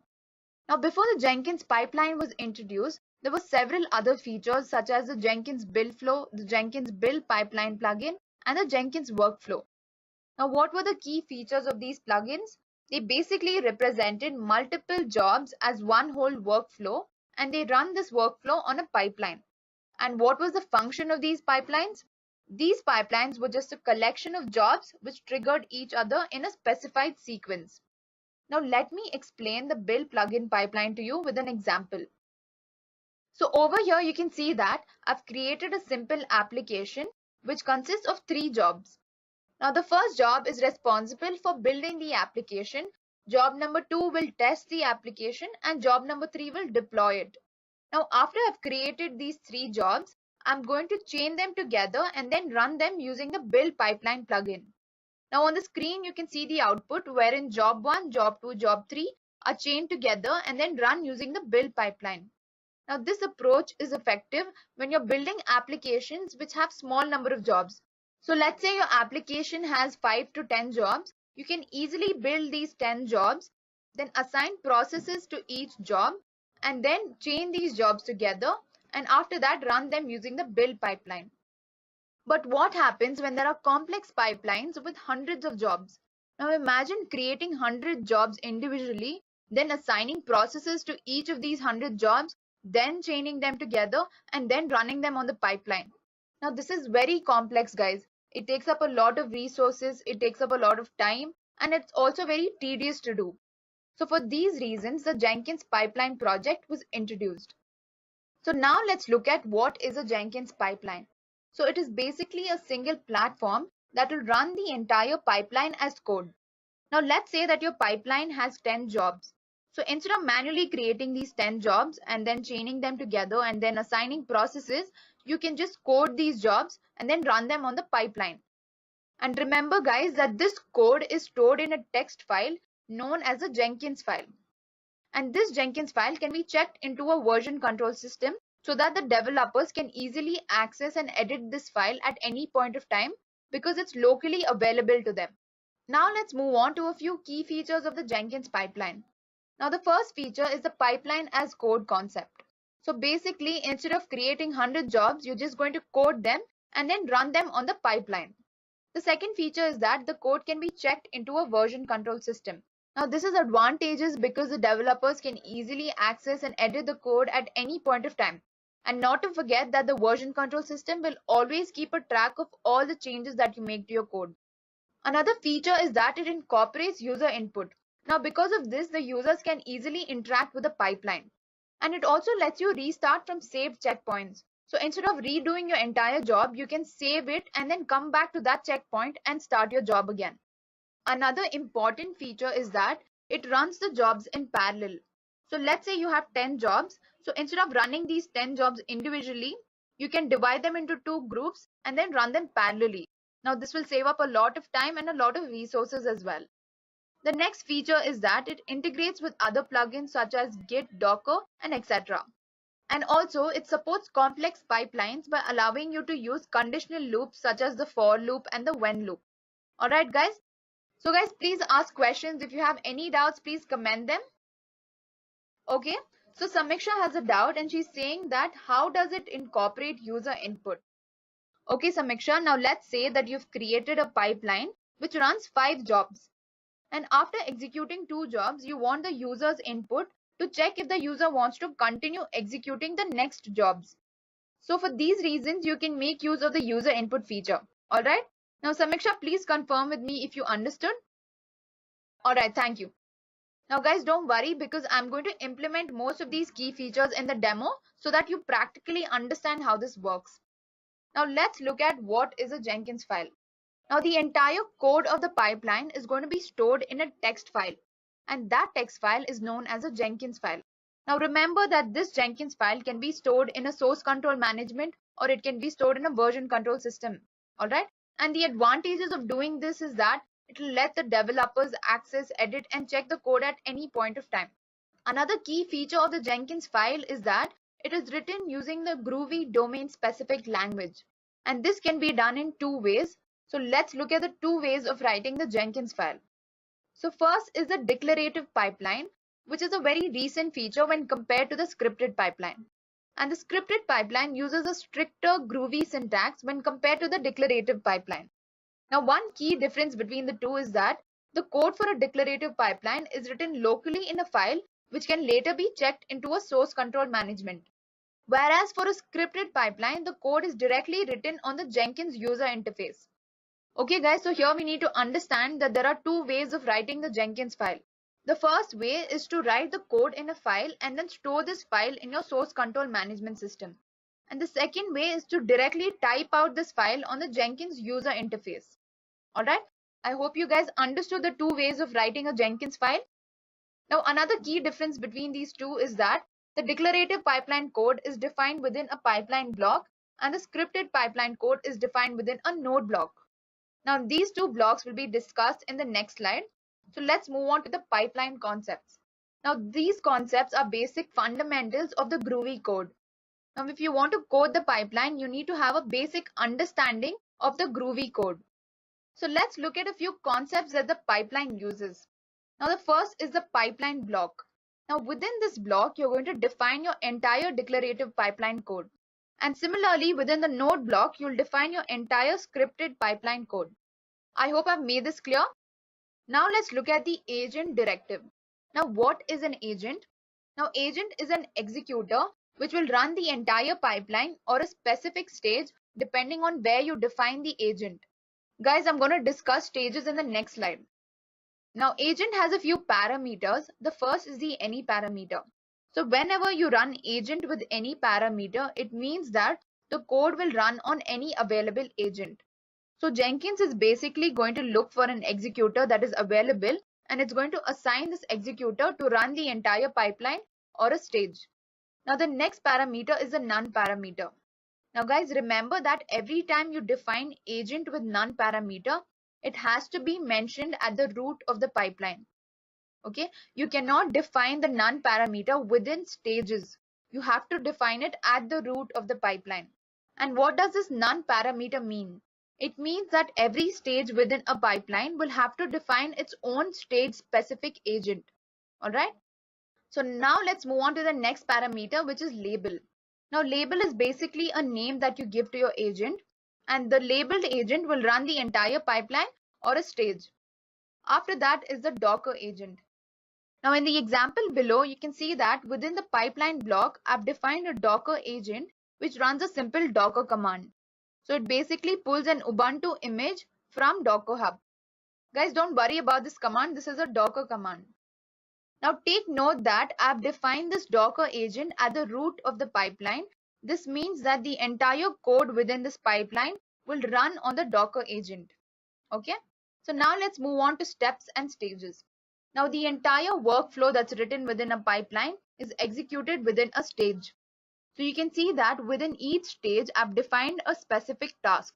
So stage 1 is going to build, stage 2 is going to test, and so on. Okay. Now steps are always defined within a stage and they are carried out in a sequence to execute a stage. Now in the example below, you can see that within the build stage, I've defined a step which runs a simple echo command. Okay. Alright, so Christopher has a doubt here and he's saying that how will the agent run in the stages example? Alright, Christopher. So let me put this down into simple words. So you can see that immediately after the pipeline block, I've defined an agent with any parameter. Now this means that all of the stages within the pipeline block will get executed on any available agent unless any of those stages will define a stage specific agent. So let's say that the test stage defined a Docker agent. It means that only the test stage will run on the Docker agent, whereas all of the other stages will run on any available agent. Now, because in this example, I've defined agent with any parameter at the root of the pipeline, that means that all of the stages will run on any available agent. I hope that's clear. Guys, please don't be hesitant if you haven't understood it properly. I'll explain it again. So please give me a confirmation, Christopher. Alright, thank you, Christopher. Guys, so now let's start off with a demo. Now in this demo, we're going to learn how to create a Jenkins pipeline. So we're going to see how to create a scripted pipeline and how to create a declarative pipeline. Now take a note that we're just going to learn how to create a scripted pipeline and a declarative pipeline. We're not going to actually run any code in this demo. That will be done in the next 2 demos. So let's get started with our first demo. Alright guys, now after logging into Jenkins, go to the left hand side and within the dashboard, choose new item. Now enter a name for your project. Then click on pipeline project and then click on OK to proceed. Now this will lead you to the configuration page of your pipeline. Now scroll down to the pipeline option. Now here within the definition, you can see that there are 2 options. One is pipeline script and the other is pipeline script from source control management. Now if you want a scripted pipeline, you're going to click on pipeline script and you're going to start typing your code here itself. Alright, within the script block, you're going to start typing your code. But if you want a declarative pipeline, then you're going to choose pipeline script from source control management. And then you're going to enter the source control management that you're using. In my case, I'm going to choose Git. And after that, you'll have to enter the repository URL. So after entering your repository URL, just scroll down to the script path. Now within the script path is the name of the file which contains your entire source code. Now whatever you want to execute on the declarative pipeline will be stored in this file. Now in this case, a file known as Jenkinsfile is going to be accessed from my GitHub account. So let's go to my GitHub account. Here you can see that I have a file known as Jenkinsfile, and this file contains the entire source code. Now let's click on apply and save. So now you've successfully created a declarative pipeline and a scripted pipeline. Now let me just briefly run you through what we did here. So first you log into Jenkins and then you select new item from the dashboard. After that, you'll enter the name of your project and then you'll click on pipeline project and then click on OK. Once you're done with that, you're going to choose if you want a scripted pipeline or a declarative pipeline. For a scripted pipeline, you're going to choose pipeline script and then you're going to start typing your code on the instance itself. After that, if you want a declarative pipeline, you can choose pipeline script from source control management, then enter your source control management system and then enter the repository URL. After that, within the script path is the name of the file that is going to be accessed from your Git account. Then finally click on apply and save and you have successfully created your pipeline. Guys, I hope all of you understood how to create a Jenkins pipeline. So now let's move on to the declarative pipeline. Now before jumping into the demo, let me explain the code that we're going to execute. Now this is a simple declarative pipeline example. Now within the pipeline block, you can see that I've defined 4 stages. Now at the root of the pipeline, I've defined agent with any parameter. Now this means that all of the stages are going to run on any available agent unless any of the stages have defined a stage specific agent. Now in this case, you can see that stage number 1, 2 and 3 have not defined any stage specific agent, but within stage number 4, there is an integration test stage which has defined a Docker agent. So only this integration test stage is going to run on the Docker agent, whereas all of the other stages will run on any available agent. Alright, I hope this is clear, guys. So please give me a confirmation if all of you understood this. Alright, thank you guys. Now let's look at the stages. Now in stage number 1, I've defined a step which runs a simple echo command. That is, it will basically display whatever is mentioned in the quotation marks.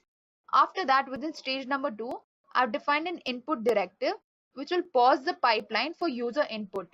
So basically, when the input directive is executed, the pipeline gets paused and it waits for the user input.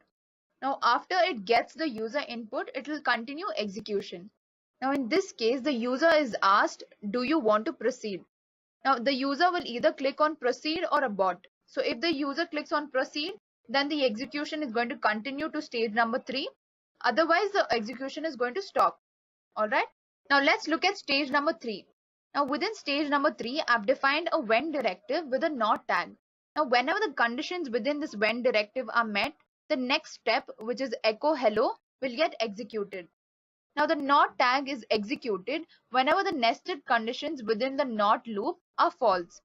So whenever branch master holds false, the next step, which is echo hello, will get executed. Alright. Now guys, let's move on to stage number 4. Now stage number 4 defines a parallel directive which runs unit test stage and integration test stage in parallel. So both of these stages are going to run parallelly. Now within the integration test stage is a Docker agent which is a stage specific agent, and it runs 2 commands, that is reuse node and a simple Docker command. Now the reuse node is basically a boolean which is set to false by default. Now if reuse node was set to true, it means that the Docker container is going to run on the agent specified at the root of the pipeline. And in this case, at the root of the pipeline, we have defined agent with any parameter. That means if reuse node was set to true, then the Docker container would run on any available agent. Alright. Now because reuse node is set to false, this Docker container will run on the Docker agent itself. Alright. Now the next command is a simple Docker command wherein Docker will pull an Ubuntu image from Docker Hub. Okay. After that, a step is executed which runs a simple echo command. I hope the code is clear to everyone. Now let me just give you a brief overview of what every stage is going to do. Alright. So stage number 1 will run an echo command which will display a simple message. Now stage number 2 will run an input directive because of which the pipeline is paused and the pipeline waits for the user input. After that, stage number 3 defines a when directive with a not tag. Now whenever the conditions within the when loop are met, the next step will get executed. Now stage number 4 will run unit test and integration test in parallel, and unit test will run an echo command. Now the integration test stage is run on a stage specific Docker agent. So this agent will basically pull an Ubuntu image from Docker Hub and it will run the reuse node command. Alright guys, so I've defined a project called declarative pipeline, and let's look at the configuration of this project. Now on scrolling down to the pipeline section, you can see that within the definition, I've chosen pipeline script from source control management. Alright, because this is a declarative pipeline. Now I've chosen Git as my source control management. Then I've entered the repository URL as well. And then within the script path is the name of the file which contains my entire source code. Now let's click on apply and save. And let's start executing this pipeline. Now click on build now. And the execution is going to start. Now guys, the first block is a simple checkout from my source control management. Now stage 1 has completed execution. Let's look at the logs of stage number 1. Now here it's printing a simple message which says, hi, this is Edureka from Edureka. Alright. Now let's look at stage number 2. Now here you can see that the pipeline is paused and it's waiting for my input. So it's asking, do you want to proceed? So if I click on proceed, the stage 3 will get executed and so on. But if I click on abort, the execution is going to stop. So let's click on proceed. So stage 3 is now getting executed. So now let's look at the logs of stage number 3. It's printing a hello message. Now this message is printed whenever the conditions within the when loop are met. So basically the branch master holds false. That's why this hello message was printed. Guys, branch master is a simple git command. Alright. Now let's look at stage number 4. Now stage number 4 runs unit test and integration test in parallel. So now let's look at unit test. Now unit test is displaying a simple message which says running the unit test. Alright. Now let's look at the integration test. Now within the integration test, a general checkout is done from my source control management. After that, the Docker agent will pull an Ubuntu image from the Docker hub. And then a simple message gets printed which says running the integration test. Alright. So guys, with this we complete the execution of the declarative pipeline. Now let me just give you a brief overview of what we did here. So after we started building the pipeline, it was paused on stage number 2 where it asked for the user input. So after clicking on proceed, the execution continues and all the stages get executed. Alright guys, now let's move on to the scripted pipeline demo. So before jumping into the demo, so let me explain the code that we are going to execute in the scripted pipeline. Now here you can see that I've defined the code within a node block. Now because this is a scripted pipeline, it has to be defined within a node block.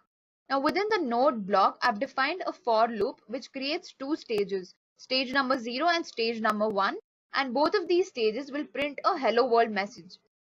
After that, there's an if loop which is executed whenever I is equal to 0. This means that only stage number 1 will run the following 2 commands, which is git command and echo command. Now the git command will basically clone the repository that I've mentioned within the URL. Alright.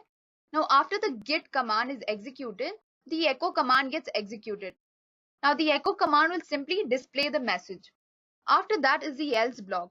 Now this block runs whenever I is not equal to 0, which means that stage number 1 is going to execute the following 2 commands. Now the first command is the build command. Now within the quotations, I've defined declarative pipeline. Now this is the pipeline that we created in our second demo. So what do you mean by build declarative pipeline? It means that it's going to run this declarative pipeline within the scripted pipeline. Alright. So build is just used to trigger another job.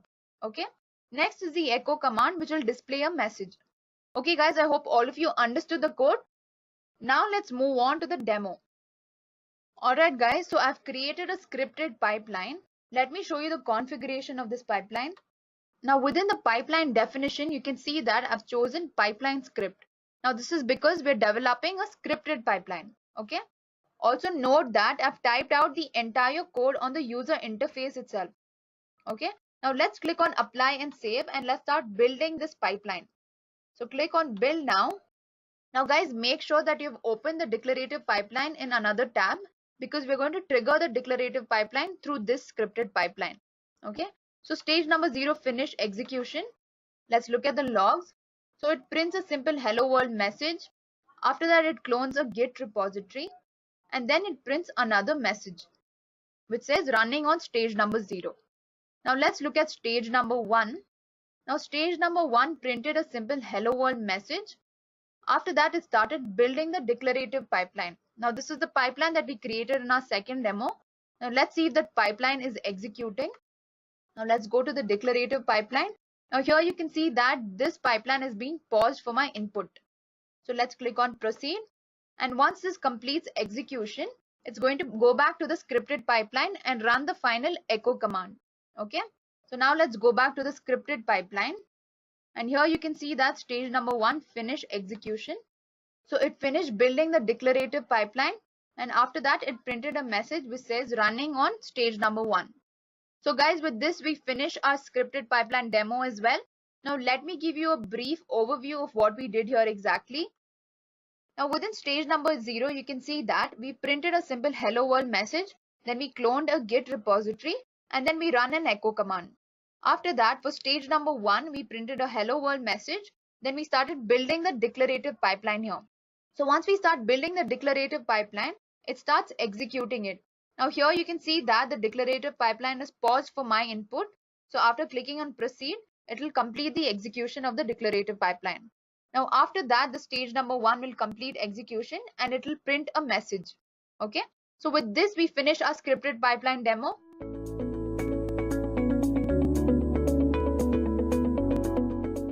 Now, Docker is basically a containerization platform which runs applications within different Docker containers. So over here, you can see that there is a host operating system on top of which there is a Docker engine. Now, this Docker engine will basically run container number 1 and container number 2. Now, within these two containers are different applications along with their dependencies. All right. So basically, within a container, every application is going to have its own dependencies installed. So it does not have to bother any other container. Okay. So basically, there is process level isolation that happens here. All right. Now, there are three important terminologies to remember when it comes to Docker. Now, the first is the Docker file. Now, the Docker file basically contains the code which defines the application dependencies and requirements. All right. And through the Docker file, you're going to produce the Docker image which contains all the dependencies, such as the libraries and the packages of the application. Next is the Docker container. Now, every time a Docker image is executed, it runs as a Docker container. So basically, Docker container is a runtime instance of a Docker image. So now let's look at a Docker use case. Now over here, you can see that I've created a Docker file. Now within the Docker file, I basically defined the dependencies of the application. Now out of this Docker file, a Docker image is created. So basically, the libraries and the packages that the application needs is installed within the Docker image. Now every time the Docker image is run, it runs as a Docker container. Now these Docker images are pushed into a repository known as Docker Hub. Now this repository is very similar to the Git repository, wherein you are committing code into the Git repository.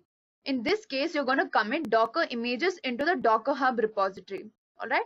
Now you can either have a private or public repository depending on your requirements. Now after the image is published to Docker Hub, the production team or the testing team can pull the Docker images on their respective servers and then build as many containers as they want.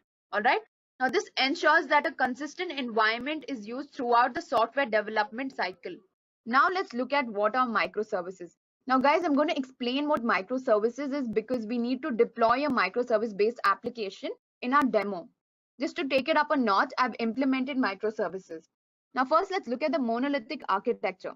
Now over here, let me explain this with a small example. Now on the screen, you can see that there is an online shopping application which has three services: customer service, product service, and cart service.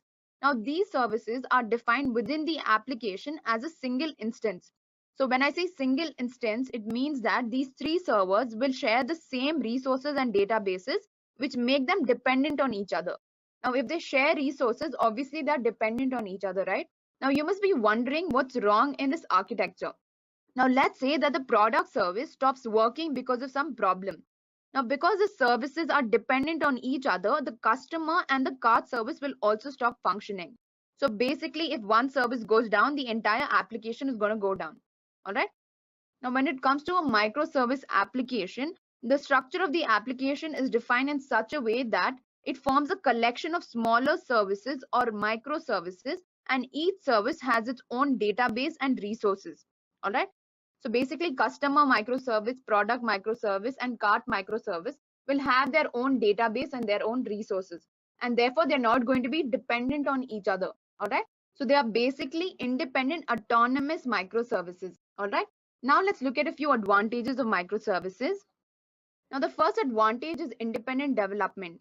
Now, when it comes to a monolithic application, developing the application takes time because each feature has to be built one after the other. So in the case of the online shopping example, only after developing the customer service, the product service can be started. So if the customer service takes 2 weeks to build, then you have to wait until customer service is completed, and only then you can start building the product service. All right. But when it comes to a microservice architecture, each service is developed independently. And so you can develop customer service, cart service, and product service parallelly, which will save up a lot of time. All right. Now, the next advantage is independent deployment. Now, similar to independent development, each service in a microservice application can be deployed irrespective of whether the service before it was deployed. So each service can basically deploy individually. Now, fault isolation. Now, when it comes to monolithic application, if one of the services stopped working, then the entire application will shut down.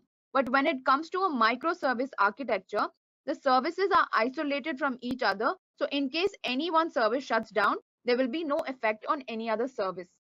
Now the next advantage is mixed technology stack. Now each microservice can be developed on different technology. Now for example, the customer service can be built on Java and the product service can be built on Python and so on. All right. So basically you're allowed to use mixed technology to build your microservices. Now next is granular scaling. Now granular scaling means that every service within an application can be scaled independently. So basically the services are not dependent on each other. They can be developed, deployed at any point of time, irrespective of whether the previous service is being deployed or not. So guys, I hope you're clear with the advantages. Now over here, we're going to compare how microservices can be deployed by using virtual machines and Docker containers. All right.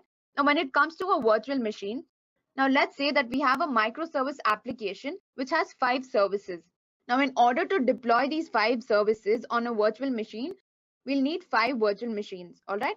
Now each virtual machine will be for one microservice. Now for example, if I allocate 2 GB RAM for each virtual machine, then 5 of these virtual machines will take up 10 GB RAM.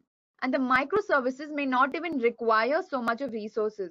So we'll just end up wasting these resources, and at the same time we are occupying too much disk space, which will degrade the system's performance. Now let's see how Docker containers deploy microservices. So instead of running 5 virtual machines, we can just run 5 Docker containers on one virtual machine. Now by doing this, we're saving up a lot of resources, but when it comes to a Docker container, you don't have to pre-allocate any RAM. The Docker container will just utilize the resources that are needed. And another point to remember here is that Docker containers are lightweighted. They do not require additional guest operating system. Instead, they just share the host operating system. All right, so this makes them very lightweight when compared to a virtual machine. Now let's move on to the use case. Now basically, we're going to try and understand the problem with the help of an analogy. Now over here, you can see that in the favorable environment, the soil is fertile and the tree is watered at a regular basis. And as a result of this, the tree grows properly. But when the tree grows in an unfit environment, where the required dependencies for growing a tree are not present, then the tree will die. All right. Now, similarly, when an application runs on an inconsistent environment, which does not support the application dependencies, then the application will fail. All right, guys, now let's look at the problem statement with a small example. Now, let's say that a developer is building an application using LAMP stack. Now, after the application is developed, it is sent for testing. Now, this application runs properly on the testing server, but when it is deployed to production, a feature or the entire application fails. Now, this may happen because the Apache version of the LAMP stack is outdated on the production server. So due to the difference in the software versions on the production and development server, the application fails. Now, in order to get rid of the inconsistent environment problem, we're going to deploy an application using Docker. Now, Docker will make sure that the environment throughout the development cycle is consistent. Now, deploying a monolithic application can cause many problems. Like for example, if one of the features of the application stops working, then the entire application will shut down. So for this reason, we're going to create a microservice-based application and build it on the Jenkins server, and finally use Docker to maintain a consistent environment throughout the cycle. So over here, you can see that there are 4 microservices, and for each microservices, I've built a Docker file. All right. So first, let me discuss what each of these microservices do. Now, the account service and the customer service are the main microservices, whereas the discovery and gateway services are supporting microservices. Now, account service will basically hold the account details of a customer, and similarly, the customer service will have a list of customer details. Now, discovery service, which is a supporting service, will hold details of the services that are running on the application. And apart from that, it will also register every service in the application. Now, what the gateway service does is, on receiving a client request, it will route the client request to the destination service. Now, to be more specific, it will provide the IP address of the destination service. Okay. So now that you know how these microservices work, let's move on to the next part. Now, basically, these microservices are coded and their dependencies are put into a Docker file. Now, for each of these Docker files, a Docker image is created by packing the Docker image with the jar files. Now, how do you create a jar file? A jar file is created by running the mbn clean install command, which basically cleans up anything that was created by the previous builds, and it will run the pom.xml file, which will download the needed dependencies. So whatever dependencies are needed are stored in this jar file. Alright. Now once the Docker file is packaged with the jar file, then a Docker image is created for each of these microservices. So here we are going to use Jenkins to automate all of these processes. So Jenkins is basically automatically going to build and then push these Docker images to Docker Hub. Now after the images are pushed to Docker Hub, the quality assurance or the production team can pull these images and build as many containers out of it. Alright.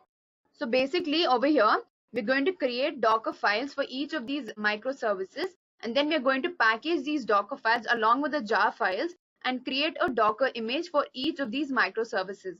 Alright. Now after creating the Docker images, we're going to push these images to Docker Hub, after which the quality assurance or a production team will pull these Docker images onto their respective servers and build as many containers as they want. I hope this is clear. So now let's practically implement all of this. Alright guys, so I've logged into Jenkins and I've created 4 different jobs, each for one microservice. Alright. Now let me just show you the configuration of one of these jobs. Now let's go to account service. Let's go to configure. So guys, make sure that you enter your GitHub repository here. So go to source code management, click on Git and then enter your repository URL over here. Now let me just show you what we're doing here. Now within the build step, I've selected execute shell. Now let me just show you how that's done. So it's simple, just go to add build step and click on execute shell. So when you click on execute shell, a command prompt will open like this and you can type this code on that.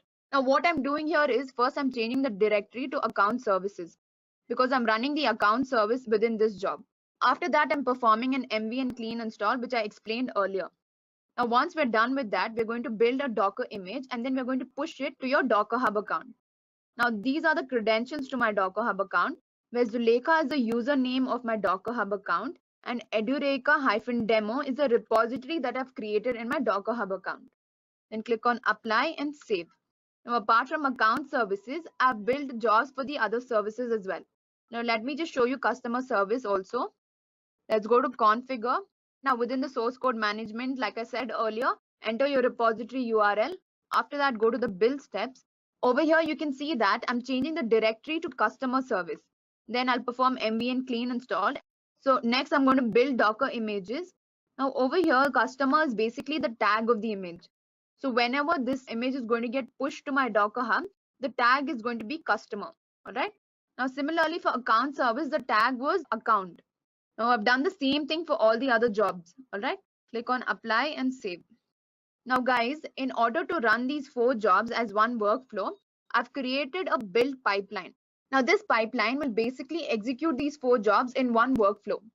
Now if you want to know how to create a build pipeline, please refer the video in my description box. I'm going to leave a link where you can see how to create a build pipeline. Alright. Now let me just show you my GitHub account. Now over here you can see that I have account service, customer service, discovery service, gateway service, and also there's Zipkin service. Now guys, this service basically keeps a track of all the other services.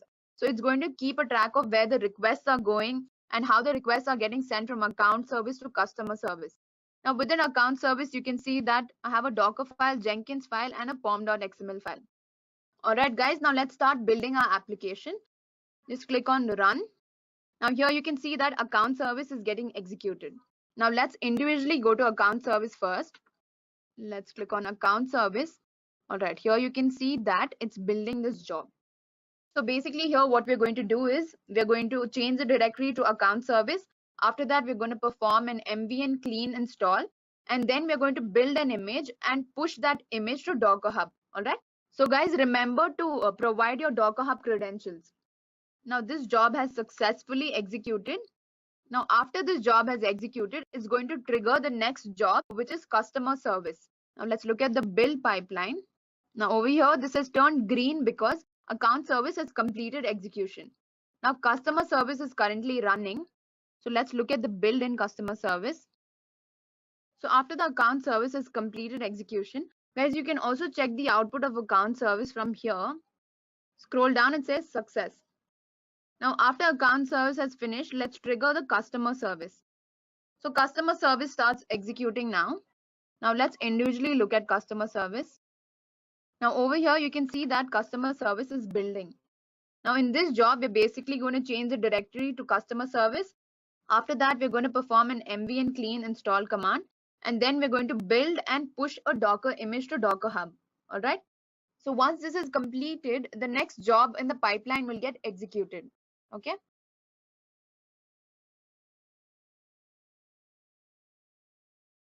All right, guys. So this is successfully executed. Now you can see that customer service has also turned green, which means that it has successfully finished building. All right. All right, guys. So you can see that customer service has completed execution. Now let's trigger the build of discovery service. Now let's look at the output of discovery service. So guys, you can see the output from here itself. Let's click on console. All right. So within the discovery service, again, we're going to change the directory to discovery service. After that, we're going to perform an mv and clean install. And once we're done with that, we're going to build an image and then we're going to push it to Docker Hub. Guys, make sure you have entered your Docker Hub credentials.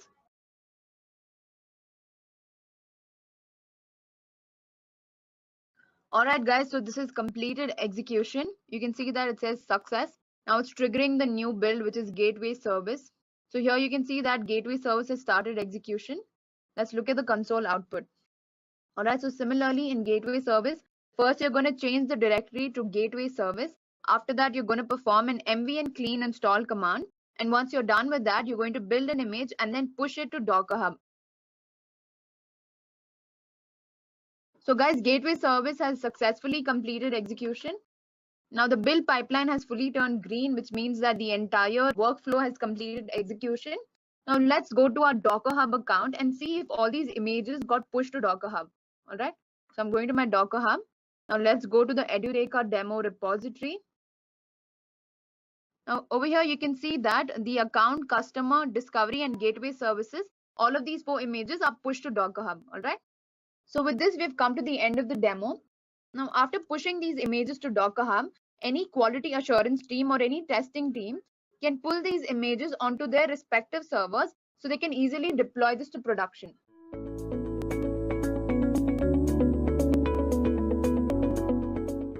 What is Git? So we all know that necessity is the mother of all inventions. And similarly, Git was also invented to fulfill certain necessities that the developers faced before Git came into picture. So let us take a step back to learn all about the version control system and how Git came into existence. Version control is the management of changes to documents, computer programs, large websites, and other collections of information. So there are basically 2 types of version control system, or the VCS as you call it. The first one is the centralized and the second one is the distributed. So if you talk about the centralized VCS, this uses a central server to store all the files and enables team collaboration. It works on a single repository to which users can directly access a central server. Now, if you talk about the distributed VCS, these systems do not necessarily rely on a central server to store all the versions of a project file. In distributed VCS, every contributor has a local copy or a clone of the main repository. That is, everyone maintains a local repository of their own, which contains all the files and metadata present in the main repository. So now let us talk about the actual definition of Git. So Git is a free, open source, distributed VCS tool designed to handle everything from small to very large projects with speed and efficiency. It was created by Linus Torvalds in 2005 to develop the Linux kernel. Git has the functionality, performance, security, and flexibility that most teams and individual developers need. It also serves as an important distributed version control DevOps tool. So I hope I'm clear with the definition of Git. Now let us talk about why should we integrate Git with Jenkins, or why they are used together. So as already discussed, Git is a source control manager, and that's where you keep your source code for tracking all the code changes that happen over the time and to baseline the versions when they are ready for release. Jenkins, on the other hand, is a continuous integration solution. It was devised to automate most of the tasks that a developer has to do while developing a new application. Without a CI solution, a developer has to spend much time doing these repetitive, non-productive tasks. So let us take an example of a new feature in a web application. So what happens here is a developer will be identified and assigned the task. So he takes the existing code base from the source code, say for example Git, makes his changes, carries out unit testing, ensures the code quality manually, and checks the new code back into the Git. Then he has to build the code, deploy it into the integration instance, run integration testing, and once the change seems satisfactory, he raises a request for production deployment. Now, if we only had a minion to take care of this testing, building, quality checks, and deployment sections, the poor developer could have focused better on the stuff that he's really good at. That is, implementing and improving the features logic. So this minion is nothing but Jenkins. It acts as an orchestrator which runs all of these activities once the change is checked into the source control, and thus gives a quick feedback to the developer whether the changes he has made are good enough for the production deployment or not. So Jenkins is extremely flexible, open source, and has a lot of plugins that can do almost anything that you wish to. So these were the reasons of using Git with Jenkins. Now next comes the question of how do they work together. So here I'll be showing you one demo, and these are the steps that are covered in this demo. So first we create a sample program. So you can create any program that you want, be it a Python program or a Java program or any other program. Then in the second step, we create a Jenkins job. And once we create the Jenkins job, we add the program that is created in the first step to the GitHub. So for that, we create a GitHub repository, a public GitHub repository, and upload the code on that repository using Git. And in the next step, you add Git plugin in Jenkins. And finally, we configure the Jenkins job based on the GitHub repository. So let me just show you how do you do this. So what we need to do here is we have to create a directory on your desktop, and you have to create one Python file here. So the name of the file is, say for example, anything that you want, or in this case, I've written my file. Okay, so this is basically a simple Python file with a very simple code, print hello world. That's it. So what we need to do here is you can open your Git bash here. So first let us initialize an empty Git repository here using the command git init. So an empty repository has been initialized here in this demo folder. So now let us just check the status here using the command git status. So as you can see here, this file, it is in red color, myfile.py. So red color means here that it has not been added. So just to add the file, you can use the command git add and the dot. You can also specify the name of the file here, like myfile.py. But if there are multiple files that you need to add, then you can use the dot symbol. So the file has been added, and now let us just verify this. Okay. So as you can see here, previously it was red and now it is green here. So after adding the file, now let us just commit these changes. For that, the command is git commit -m, any message if you want, add myfile.py. So we have now committed these changes. So what we need to do here is we have to push this myfile.py on the GitHub repository. So for that, let me just go to my GitHub account. Okay. Okay guys, so what we need to do here is we have to create a public repository. For that, you have to click on this repositories on your GitHub main page, and you have to click on new. So once you click on new, you can name the repository, say for example Git Jenkins integration, or whatever name that you want, and the description is optional here. And if you want, you can initialize this repository with a readme and click on create repository. So this has been created here. So guys, now we have created a public repository on GitHub, and now our task is to upload this file called myfile.py onto the public repository on GitHub. For that, we will have to first connect to it, and the command for that is git remote add origin and the link of that repository. And how do you get that link? So when you create this repository here, you get the link. Okay, so just copy it and paste it here. So this has been added, and now we can push our content there. So for that, the command is git push -u origin and master. Here you can see, if you just refresh this page, Okay, so myfile.py, here it has been added onto our public repository on GitHub. So now what our job is, we have to create a Jenkins job. First, log in onto your Jenkins homepage, enter the username and the password. So now what we'll do here is we will create here a new job, Jenkins Git demo, and choose the freestyle project, click on OK. Okay. So here what you need to specify the source code management in the source code management. Okay, before that you have to download the Git plugin. So how do you do that? Go to manage Jenkins. Here as you can see left hand, click on manage plugins.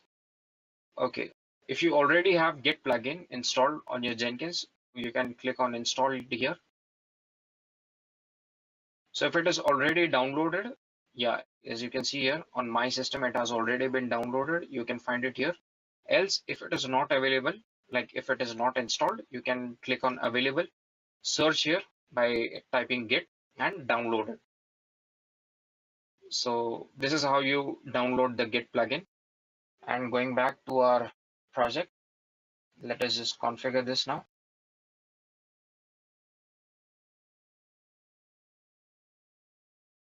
Okay, so this was our project that we created, Jenkins Git demo. So let us just configure this project.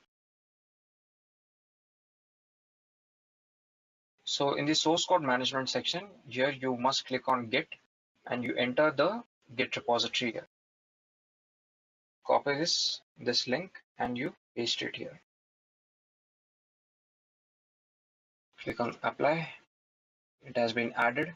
And here in the build trigger section, we have to click on poll SCM. So here we have to enter the cron expression.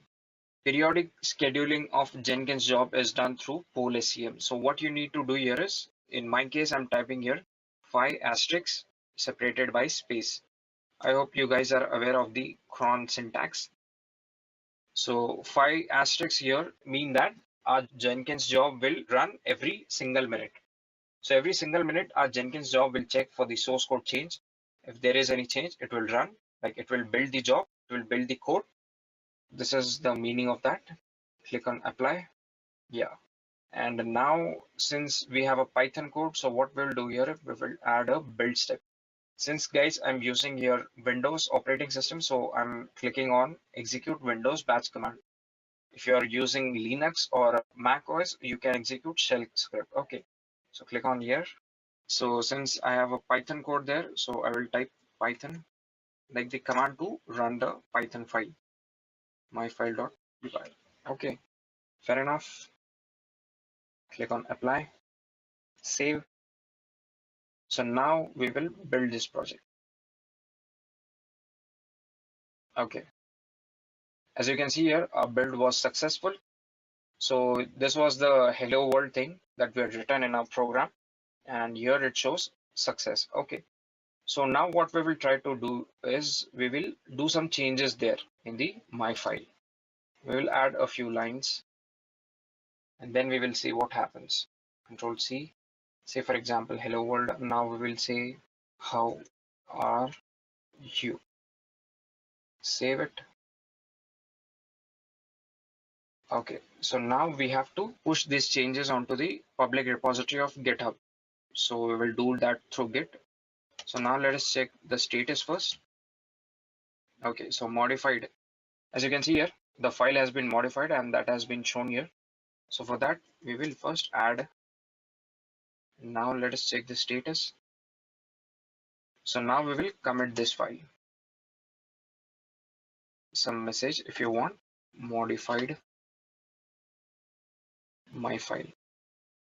Press enter. So now we have to push these changes. So for that, the command is git push -u origin master. So these changes have been pushed onto the GitHub account. So let me just refresh this page. Okay, so as you can see here, modified my file. This was the commit message that we had written. So our changes have been reflected here. If you can see here, print how are you. we had added this line, if you remember. So now we will see what happens to Jenkins now. So here we will click on build now. So if you click on console output here, okay, started by an SCM change. So since there was change in the source code, that triggered the Jenkins job. So here you can see hello world and how are you. Both the lines have been displayed here and it is success.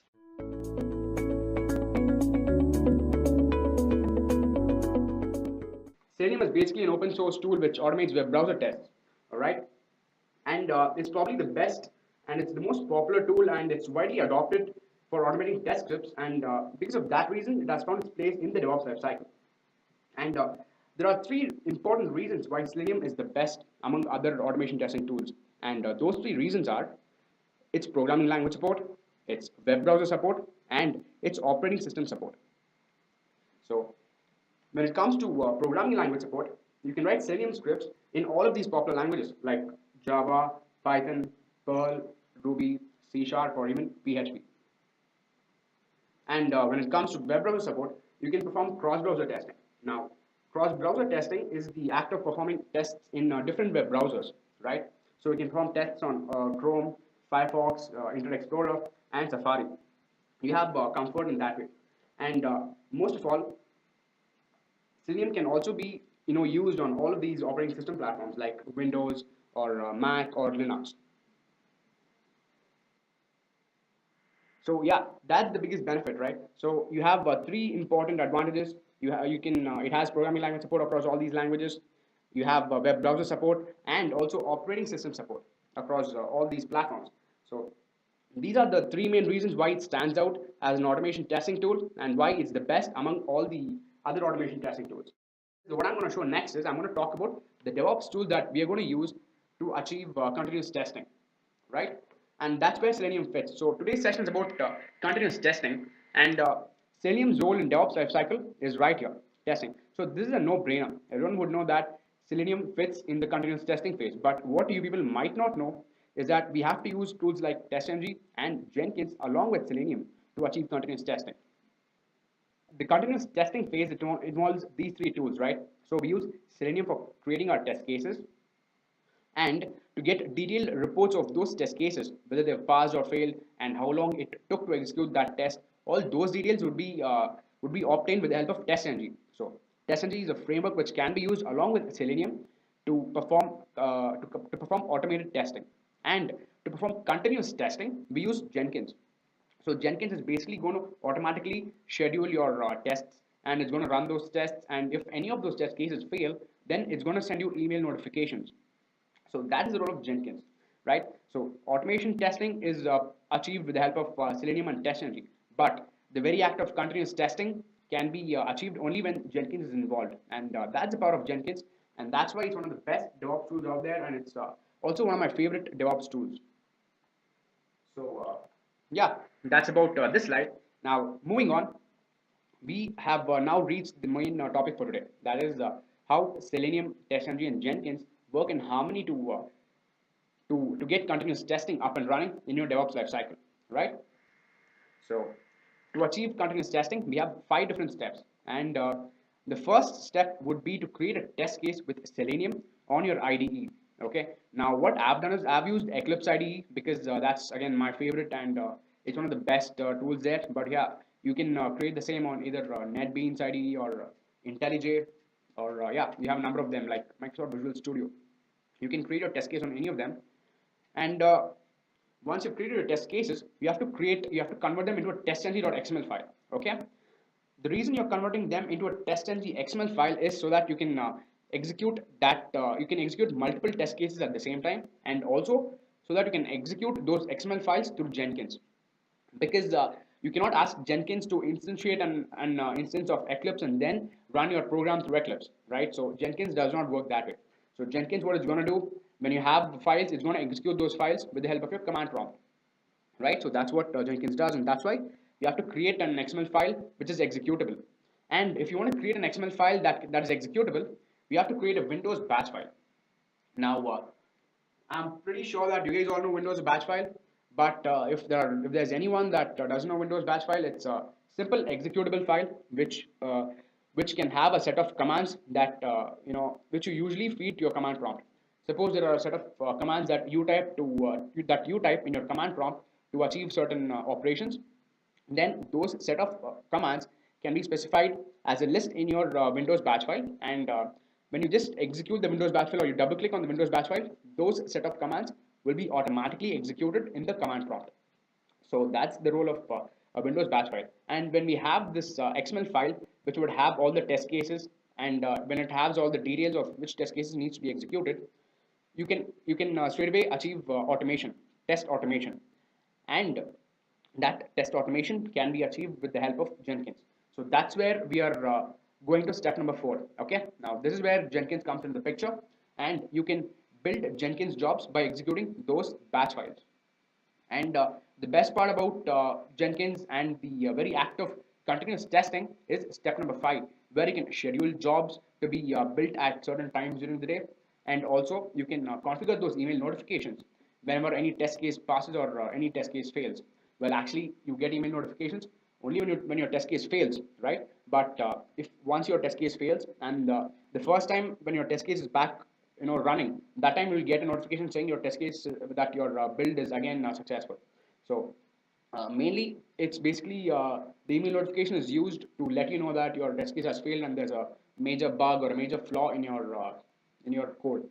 So these are the 5 important steps that are involved in achieving continuous testing. So hands on, I'll be creating my test cases with Selenium and TestNG and building those with Jenkins. Yeah, this is my Eclipse IDE, right? This is the code that I'm going to execute. Okay, so this is a very simple code, and what I'm doing here is I'm first of all performing dynamic tests on 2 websites, that is Amazon.in and in Facebook.com, right? I'm trying to log into Facebook and I'm trying to search something on Amazon.in's web page. So the entire code is divided into these blocks, and in the first block, I'm setting my Chrome driver, right? And the command to do that is webdriver.chrome.driver. This basically is to indicate my WebDriver to run my tests on my Chrome browser driver. Now, in case I want to execute the same tests on either Mozilla Firefox, then I can use webdriver.geckodriver, because Gecko driver is the driver used for running the tests on Mozilla Firefox, and that is only only from Selenium version 3. Right, from up until Selenium version 2, we were using Firefox was default. You didn't have to use any browser driver. You only had to use it for Chrome driver. But from version 3 onwards, you have to use Gecko driver. So that's the thing. And you have to also specify the path where that browser driver of yours is present. So mine is present in this path. So I've specified that. And the next line, I'm creating an object for my Chrome driver. All right. And then the next line is a simple line println statement, which is asking me to print this: hi, welcome to Edureka's YouTube live session on Selenium WebDriver. So the next block of my code is all about navigating to Amazon.in, right? So this is where my actual test starts. I'm navigating to Amazon.in, and I am implementing an implicit wait over here. I'm implementing an implicit wait of 5 seconds, and when I say implicit wait, there's a difference between implicit wait and explicit wait. So a lot of people have that doubt. So the difference is, implicit wait, when you say implicit wait, you're asking your WebDriver to wait for 5 seconds after you have fetched that particular web page or a website, right? And an explicit wait is nothing but a wait where you're asking your WebDriver to wait until a specific web element has loaded on the web page. So that's the difference between the two. And yeah, when you've done these 2 things, I have the next code block in which I'm specifying my WebDriver to find the element of search box on Amazon's page, right? So just like every e-commerce site, Amazon has one search box where we can search for the list of products that they have. So you can search for those elements by using the driver.findElement command. Okay, when I've located that search box, I can send some text. So in my case, I'm using the send keys command to send Nike shoes, because I want to search their repository for Nike shoes, right? And I'm locating the search box with the help of by.id locator technique. Okay, we have 8 different locator techniques, and I've used some of them in my code. So for my search box, I've used by ID. I've located, this is the ID of the search box. I've located it like this, and I've sent the keys of Nike shoes. Then in my next line, I've said driver.find element by XPath. Okay, so XPath is one of the best ways to find your elements that are there on the web page, because XPath is the most stable. Most of the time, you will not have the ID and the name that we have here. All these locator techniques would not be there all the time, right? Only sometimes you have them. But XPath is something that is standard, that is there for every single element, compulsorily by default on every web page. So I've used the XPath to find the search option, and then I'm performing an operation of click. So Nike shoes would then be searched on Amazon.in. Then I would go to the results page, and then I'd navigate to the Amazon.in, right? And how am I doing that? By this command, driver.navigate. So this would ask my web driver to navigate back to Amazon.in page, then get the page title. And that is done by this command, driver.getTitle. So this would fetch the page title of Amazon.in and store it in a variable called title, which is of type string. And that would be printed in this println statement. Okay, it says page title is, and we have it here. And the final the block of code in my code is that of navigating to facebooks.com, right? I navigate to facebook.com, and then I find the element first of all, that is the email ID field, right? And then I'm sending keys abcd@gmail.com. Now this is a very this is a bogus email address. I'm finding that email box, and I'm sending this key, this email address, and then I'm finding the element of password. Correct? I'm doing both by using by.name locator technique, and I'm sending the keys 1 2 3 4 for the password field, and I'm going to the next line, that is the driver.find element. Here I would locate the login button, and I'm locating it with the help of by ID element locator technique, and the operation I'm doing here is click. Alright, so here the operation is send keys, and here it's click. So when I click, of course this is going to fail, the login is going to fail, and right and when my login fails, I have asked my web driver to quit. So that is achieved by driver.quit. Okay, and the thing to note is I've asked an implicit wait of 60 seconds. That's because Facebook takes quite some time to log in, and especially if it's wrong credentials, it would take a little longer, and you would actually see my web driver, you would see it on my web driver that my login has failed, and then my driver quits after that. So that's the thing. All right, so let me just quickly save this and execute this code and show you how the test works. Okay, now if the test case works here, if the script is all working, then we can straight away build, create a test.ng XML file and build that job on Jenkins. So yeah, our Chrome's instantiated, Amazon.in, Nike shoes into the text box, and then the search option should be clicked on next. Yeah, that happens there, and then these are the shoes that they have, Nike shoes. And then I should navigate back to Amazon.in now. There you go. Navigating to facebook.com. Credentials are fed. Login is clicked. And yeah, it should close once it shows that my facebook.com is failing to load. Right, when my login is unsuccessful, it should end. Yep, there you go. And yeah, that's how your test case gets completed. So now let me just quickly show you the results of this test case. All right. So first of all, this is the result. Okay, it says the default test that was run is 1. There were 0 failures and 0 skips. My code is run successfully, and these were the 2 println statements that I had specified. I had said, hi, welcome to Edureka's YouTube live session. I had said that, and then I had asked for the page title to be printed, and this is the page title of Amazon.in. This is printed, and it says passed Jenkins test. Okay, so the Jenkins test that you see here, this is the name of the method of my in my code. Okay, now as you can see here, I have a method that is Jenkins test, and I have annotated this method with @test.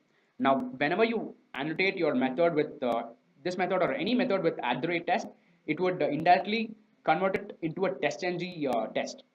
Okay, so that's the indication. You can it would automatically suggest you to import the test.ng packages. When you import those packages, you can just execute this test as a test.ng test. Since I have my code ready, what I have to do next is I have to create a test.ng.xml file, right? So that I can execute this, execute this from the command line. But before that, let me show you how to create a testng.xml file, because some people might get they'll be worried and they would say that they don't know to create it, but let me tell you that it's very simple. So this is the project of mine. This is my project where the code is present. This is the package name, and this is the class name. All right, this is my method name. So if you want to create a testng.xml file of this particular code, just click on the class of yours, right click, you will have an option of testng. Click on that and say convert to testng. When you do that, it would automatically create, it would give you the default structure. Here you can control which classes you want to execute. Now, first of all, it would ask you for the name of your suite, right? So the suite I want to execute, the name of that is suite itself by default, and my test name is again test. I'm just using the default names here, and in my case, I'm only executing one class. So that's why you see just one class in under tags here. Now here is where the benefit of testng comes in. Okay, if you want to execute multiple test cases, then you can specify you can hit enter and add another tag and say class name, and you can enter the name of the class which you want to execute, and say which package that class is present in. Okay, and if you can see here, it says Selenium YouTube demo dot Selenium YouTube demo. Now that's because the structure this is in is package name dot class name. Okay, the XML file would execute this class which is present inside this package. So if you want to execute any other class, you would have to first specify the package name where it's present, something like this, where the symbol is, and after that you would have to have a dot and say the class name which you want to execute. Okay, so that's if you want to do it, but since I don't have any, I'm just going to remove that, and let me just click on finish. And when I hit finish, it's okay, it's asking me, it already exits, do you want to overwrite it? I would say okay, that's because I created one earlier. And yeah, this is that XML file which we have to which we just created. All right, so the same XML file is present over here. This is my path inside this project directory of mine, and if I run this XML file, I would get the same output that I got when I executed that time, right, from this code. So it's going to be the same output. So I don't want to waste time showing you this, but what I want to actually show you is how to execute this XML file from the command prompt, because if it works from the command prompt, then it's going to work through Jenkins, correct? So for that, let me first of all open the directory where my code is present. Okay, now this is the code. It's present in my workspace and under this project folder of mine. Okay, now to execute this through command prompt, I have to first of all open my command prompt and let me navigate to this path. So let me say cd workspace / Selenium YouTube demo. Yeah, that's the folder. Now I'm inside this folder, and this is the XML file that got created, right? This is the one that I created just now. And if I want to execute this testng file, then I have to give the command java org.testng space the file name, that is in my case it's testng.xml, correct? Now this is ideally to execute your XML file, but this will not work because in my Eclipse I have specified the path of my class. My Eclipse knows where my class path is, and my Eclipse also knows where my dependencies and where my jars are. However, since I'm executing this through the command prompt, my command prompt does not know where my class path is, and it does not know where my associated libraries and dependencies are. So I have to specify that also as parameters to my command prompt. I have to specify that in this line. So to do that, let me just go back and add it in the parameters here. Let me say flag class path and add the path of these folders, right? It's there in this path. So I'm just going to copy this and I'm going to paste it here.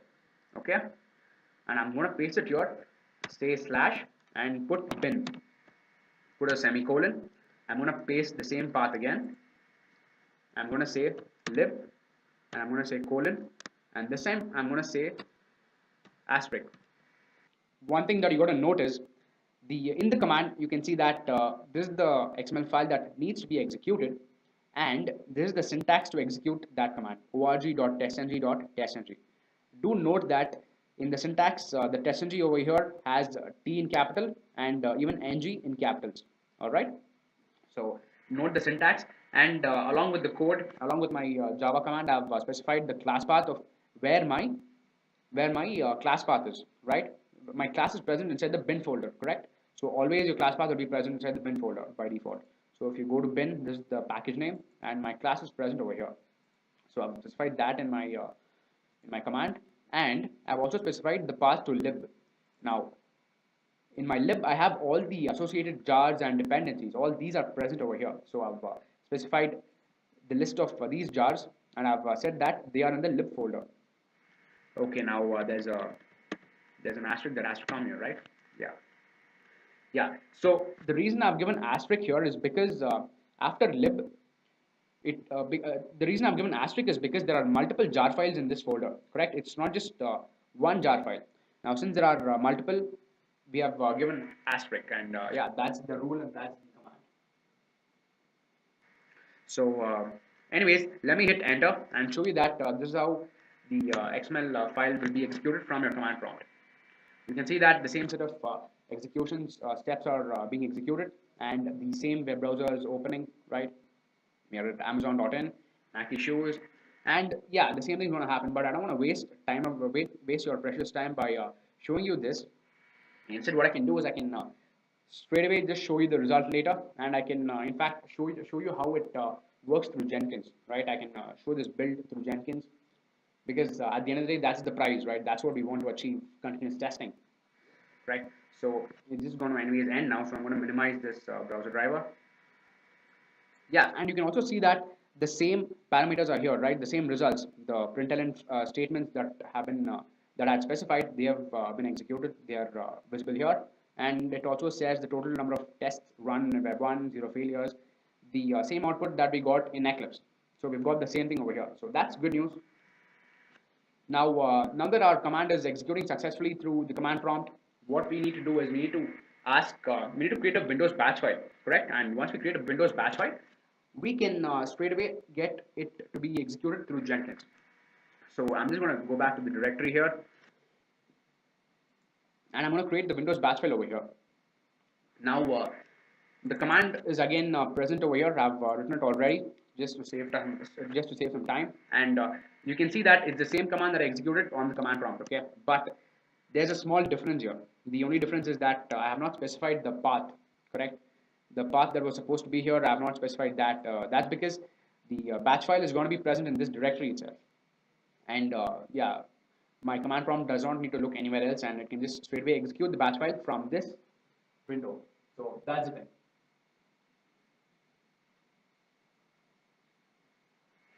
So yeah, same thing with even library, right? The lib folder, I have not specified anything else. I've just specified the path. I've specified the folder where all my dependencies will be present. So if you want to first of all save it as a batch file, then you have to click on File, hit Save As, and specify the name that you want it to be saved as. So let's say I want to give the name File Command, and to save it as a batch file, we have to give it inside double quotes, right? And say .bat inside double quotes. Now this would create a new file, new Windows batch file. So I'm just gonna click on save, and as you can see, a new file has come up here. So you want to close this, and now if I execute this file command, this file, I'm gonna run the same steps that was run through this command prompt. Let me show you that. Let's say, right? So automatically command prompt was opened, and then the test is being executed. So the same thing is going to happen. So what we have to do now is we have to get Jenkins to execute this this file command, right? This file. So for that, we have to first of all launch our Jenkins server, and we can launch our server from our browser. So I'm just going to say localhost 8080, and when I hit enter, I'm on to Jenkins. So login, and this is my Jenkins dashboard. Okay, and yeah, these are the list of projects that I have on my Jenkins dashboard. And if you want to create a new project or you want to build a new job, you have to first of all click on new item over here and enter the name of your project. So I'm going to save YouTube demo of Selenium and Jenkins. All right, that's the name I'm going to give. I'm going to say it's going to be a freestyle project, and click on OK. And it's asking for description. Well, this is not really needed, so you can just ignore this. You can give it if you want. It's optional though. So, but what you have to actually set is in the advanced option under general settings, you have to click on advanced and set the path of where your workspace is. So you have to check on this checkbox here, use custom workspace, and feed the path where your where Jenkins has to look for the executable file. So my executable file, this is which is file command, is in this directory. So I'm going to copy this path, go back to Jenkins and paste it right here, and I'm going to apply. All right, I'm going to save that. And the next thing that we got to do is we have to come to build triggers. But the build triggers here is for scheduling your jobs, and this is something a little complicated. So I'll talk about the other steps and then come back to this. Okay. So after setting your path over there, quickly go to build and click on add build step. Okay. And now you should specify what you want to execute. If you want to execute a batch command, you got to say execute batch command. If you want to execute a shell, you should say execute shell. Well, if you're using Linux, then you might be probably executing a shell file or an AND file or something like that. But for Windows, it's a Windows batch command which you want to execute. Correct? Okay. So I'm going to just click on execute Windows batch command, and you have to specify the file that needs to be executed. So now what Jenkins would do is it would navigate to this path using my command prompt, and the file that needs to be executed, that needs to be fed here. The file name is file command, right? So I'm going to say file command dot bat. So it's going to execute this statement inside this directory through my command prompt. That's what Jenkins would do. And let me go down and add this post build actions. Okay, what should happen when a build, when a job is built? Okay, so what happens there? That's what's controlled over here. And in our case, if you want to achieve continuous testing, I told you that you need to get email notifications and be informed if any of your test case fails or if there's some faulty hardware or faulty software. So if you want to be notified, then you have to click on this add post build action and enable email notification here, right? You can see the option here, right? So click on email notification and specify the recipients that you want to receive. Supposing I'm just going to put my email over here.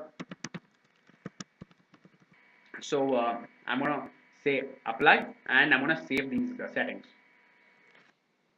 Now that you've configured email notifications, we have to first make sure we have to enable our email notifications. We have to configure our SMTP to gmail.com. So that would be done through your Jenkins dashboard. So if you go to your Jenkins dashboard, go to manage Jenkins, right? So click on manage Jenkins, go to the first option of configure systems, click on that.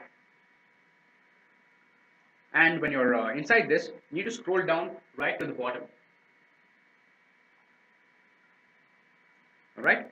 So for me, I've already set these settings, so I don't have to set anything again. But for those of you who are going to use Jenkins for the first time, do note these changes. Okay. Oh, sorry, this is extend email notification. You have to actually come down here to email notification, right? You have to come down here and set your SMTP server here. Okay.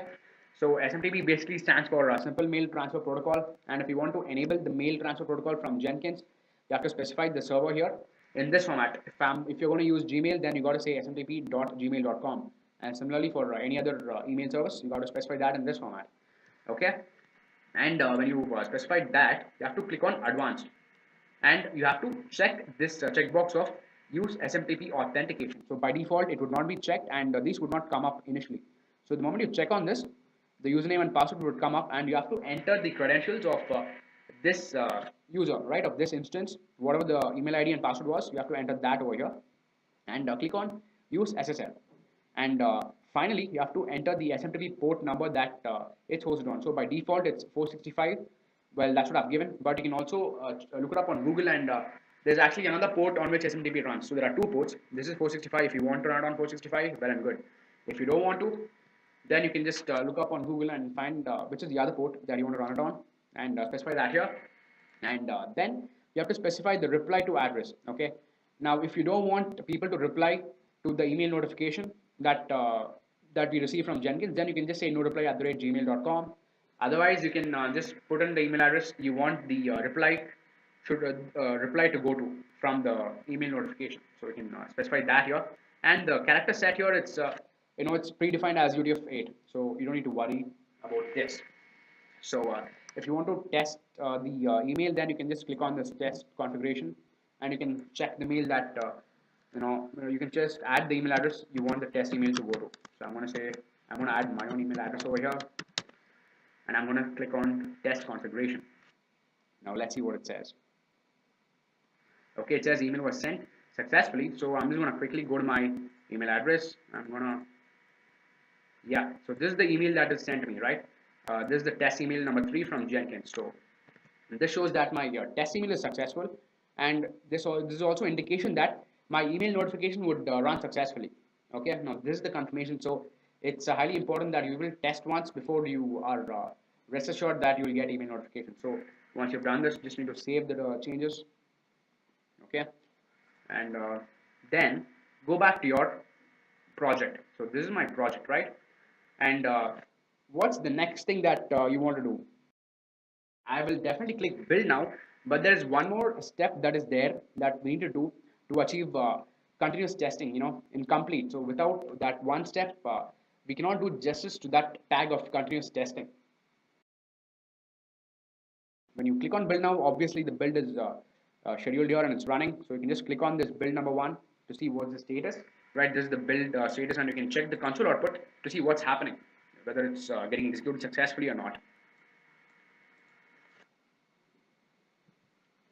As you can see, it says, the first println statement has been printed, and it also says page title, and it has shown Amazon's page title. But there's one thing strange over here. Can you tell me one thing that is strange over here that did not happen previously? When I executed the same through the test.xml file through command prompt, and when I executed this through Eclipse, that happened, and something did not happen over here. See, Jenkins is basically a web server, right? So it's a server where multiple jobs would be built, and it would all be running there. In a working day, typically there would be 100 jobs that would be built, and when there are so many jobs that are being built, you cannot afford to have any overhead and allow any server crash.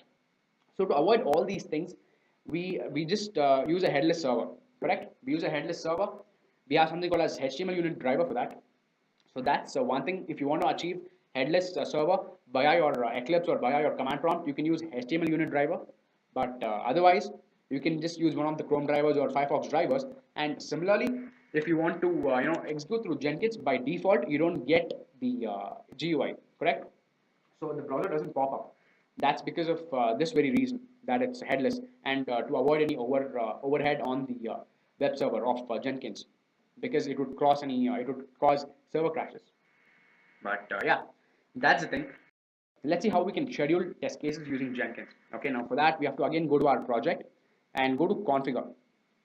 Okay, so under configure, we need to come down where we need to, I told you earlier that we need to come to build triggers, right? So under build triggers, we've got to check on this text box of build periodically. So when you check on this, you can specify the time format in cron format. Okay, you should specify the rule in cron format as to when you want it to be executed. Now for those of you who don't know what a cron format is, then you can just click on the help box on the right side.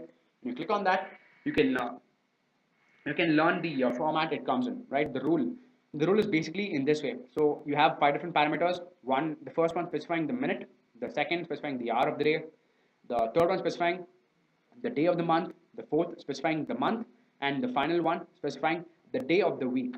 Okay, so let me show you a simple cron rule over here.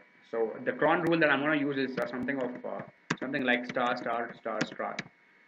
So based on what's written here, you can tell me what this would specify, right? You can tell me what's going to happen if I specify this kind of a rule over here in schedule.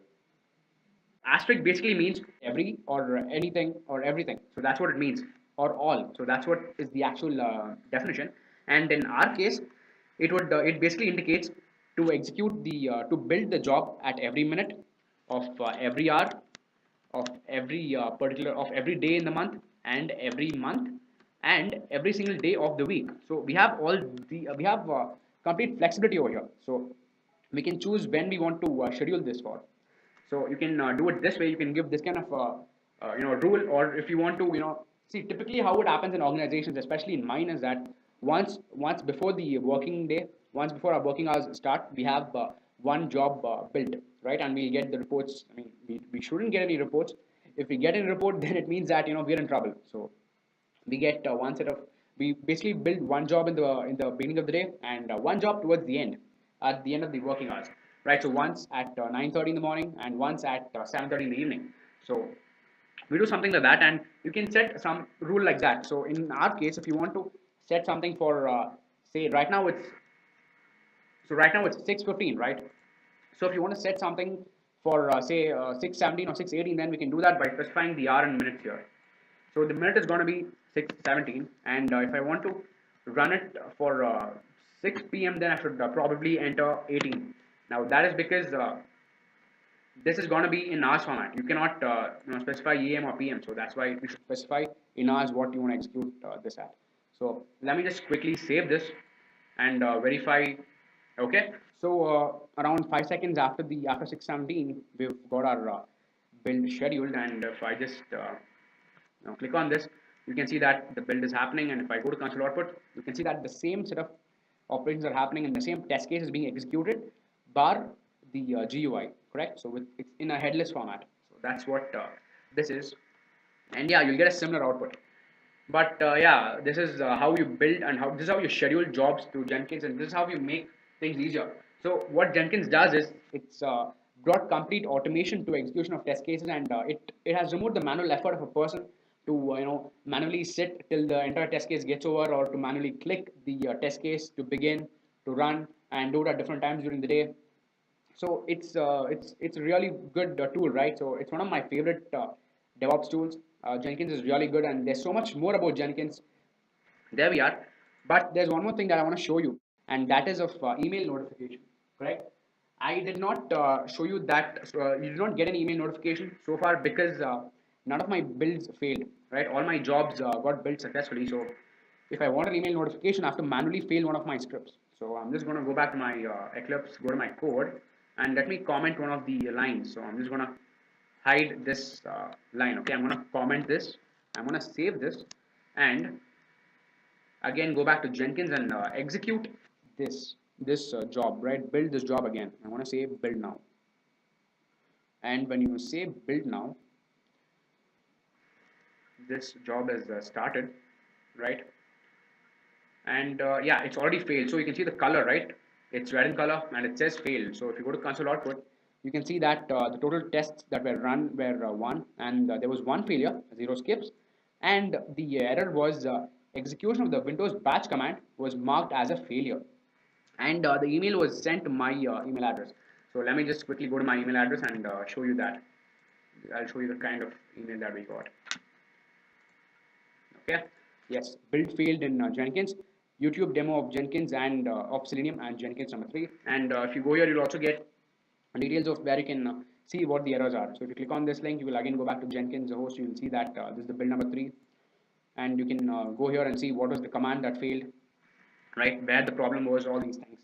So yeah, that's how you achieve automation. That's how you will be notified immediately when something's like grievously wrong in your code.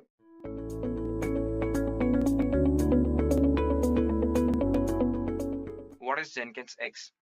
So Jenkins X was created by James Strachan, who's also the creator of Groovy, Apache Camel, and was first announced in the year March 2018.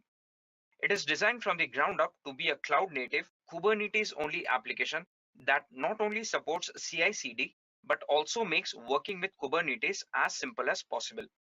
With one command, you can create a Kubernetes cluster, install all the tools you need to manage your application, create a build and deployment pipelines, and deploy your application to various environments. Jenkins is described as an extensible automation server that is configured via pipelines to be a continuous integration server, a continuous deployment hub, or a tool to automate just about any software task. Jenkins X provides a specific configuration of Jenkins, meaning you don't need to know which plugins are required to stand up a CI/CD pipeline. It also deploys numerous applications to Kubernetes to support building your Docker container, storing container in a Docker registry, and deploying it to Kubernetes. So this was the definition of Jenkins X. Now let us talk about the features of Jenkins X. The first feature is automated CI/CD.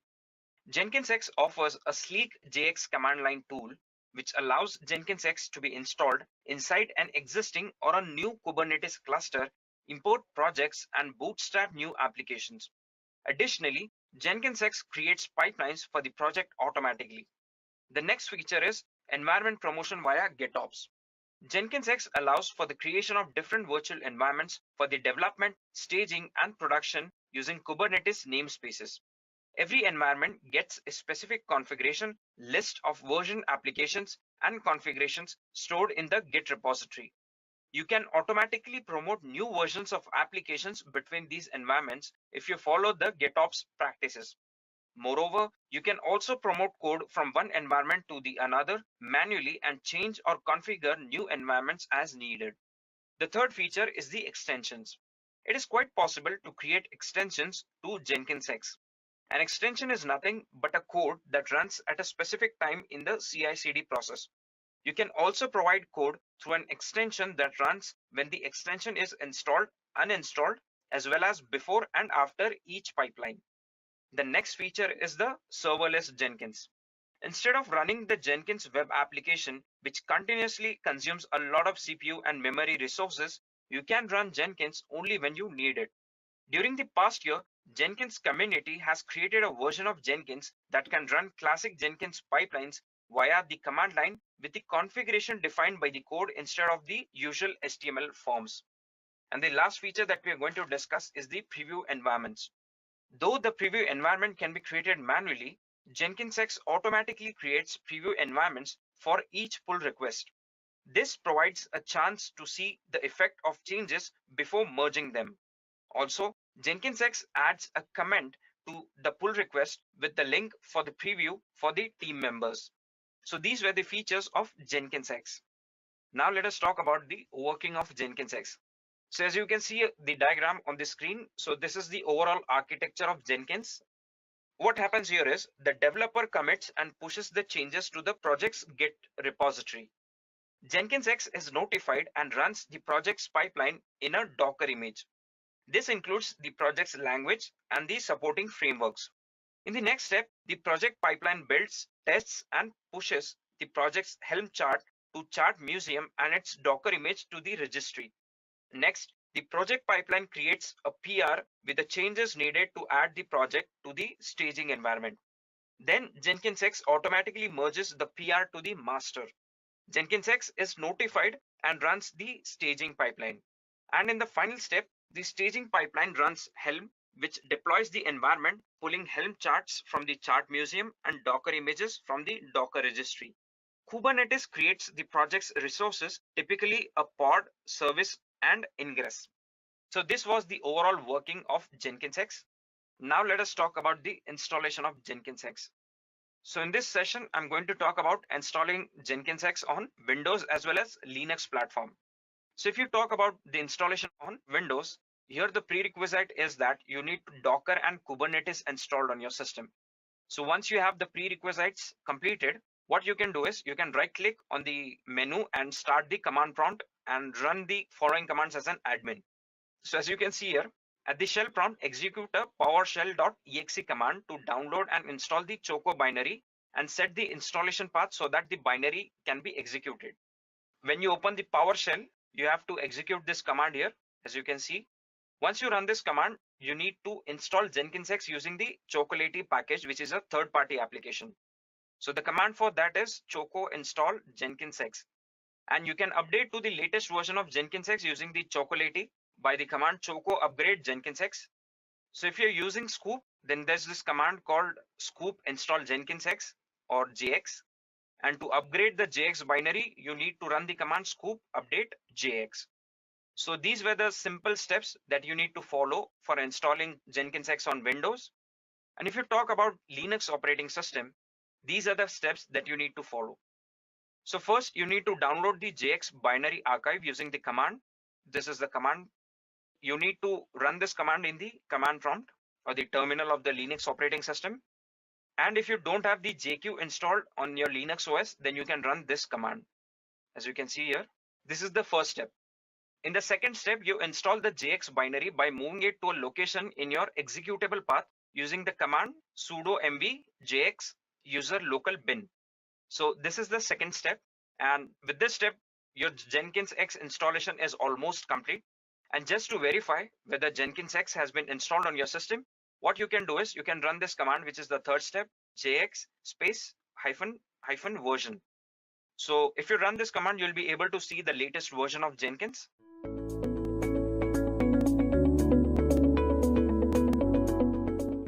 Let's understand the differences between Jenkins and Jenkins X.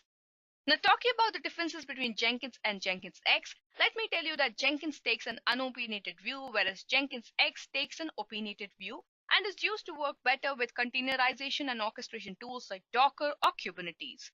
So guys, that was about the first difference. Now, talking about the second difference, if you ask me, then let me tell you over here that, both of them are quite related to each other, right? So whatever task that you want to do with Jenkins X can also be done with Jenkins. But the only problem is that, to do those tasks, you'll require several integrations and plugins to configure. Whereas Jenkins X just simplifies the configuration, right? So it just makes the task easy for you, right? So I would say Jenkins X is used to simplify the configuration and lets you harness the power of Jenkins 2.0, right? Now that was about the second difference, guys. Not only this, but it also lets you open source the tools like Helm, Draft, Monocle, Chart Museum, Nexus, and Docker Registry to easily build cloud-native applications, right? So guys, that was about the second difference. Now let's move forward with the third difference. Over here, I would say that, Jenkins X defines the process, whereas Jenkins adapts to the process which are required or needed, right? So basically, when you're trying to create a process, or maybe when you're trying to define a process, Jenkins X is used to define that particular process, and Jenkins automatically adapts to the processes which are required or needed by the client, right? Now moving on to the last difference, I would say Jenkins X adopts a CLI API first approach and relies on the configuration as code to embrace external tools like Monocle, Helm, and so on. On the contrary side, I would say Jenkins uses the first GUI approach with the configuration via UI and depends heavily on the plugins, right? So over here, I would say Jenkins X adopts a CLI or an API first approach, whereas Jenkins uses the first GUI approach, right? So guys, that were the differences between Jenkins and Jenkins X.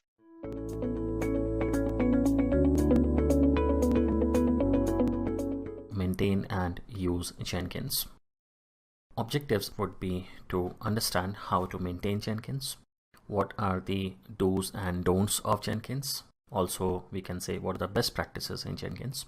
And then we will talk about how to back up Jenkins, migrate it, and move it from one server to another if needed. So with that, let's get started. So the first thing would be to understand how to do monitoring in Jenkins. So monitoring disk space, why it is important? Because when we talk about builds, when we talk about Jenkins, we are talking about multiple builds of a job.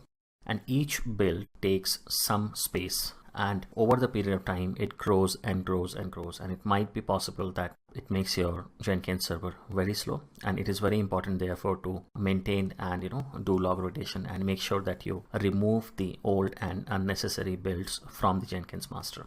So when a project configuration is loaded in Jenkins, it analyzes the build records.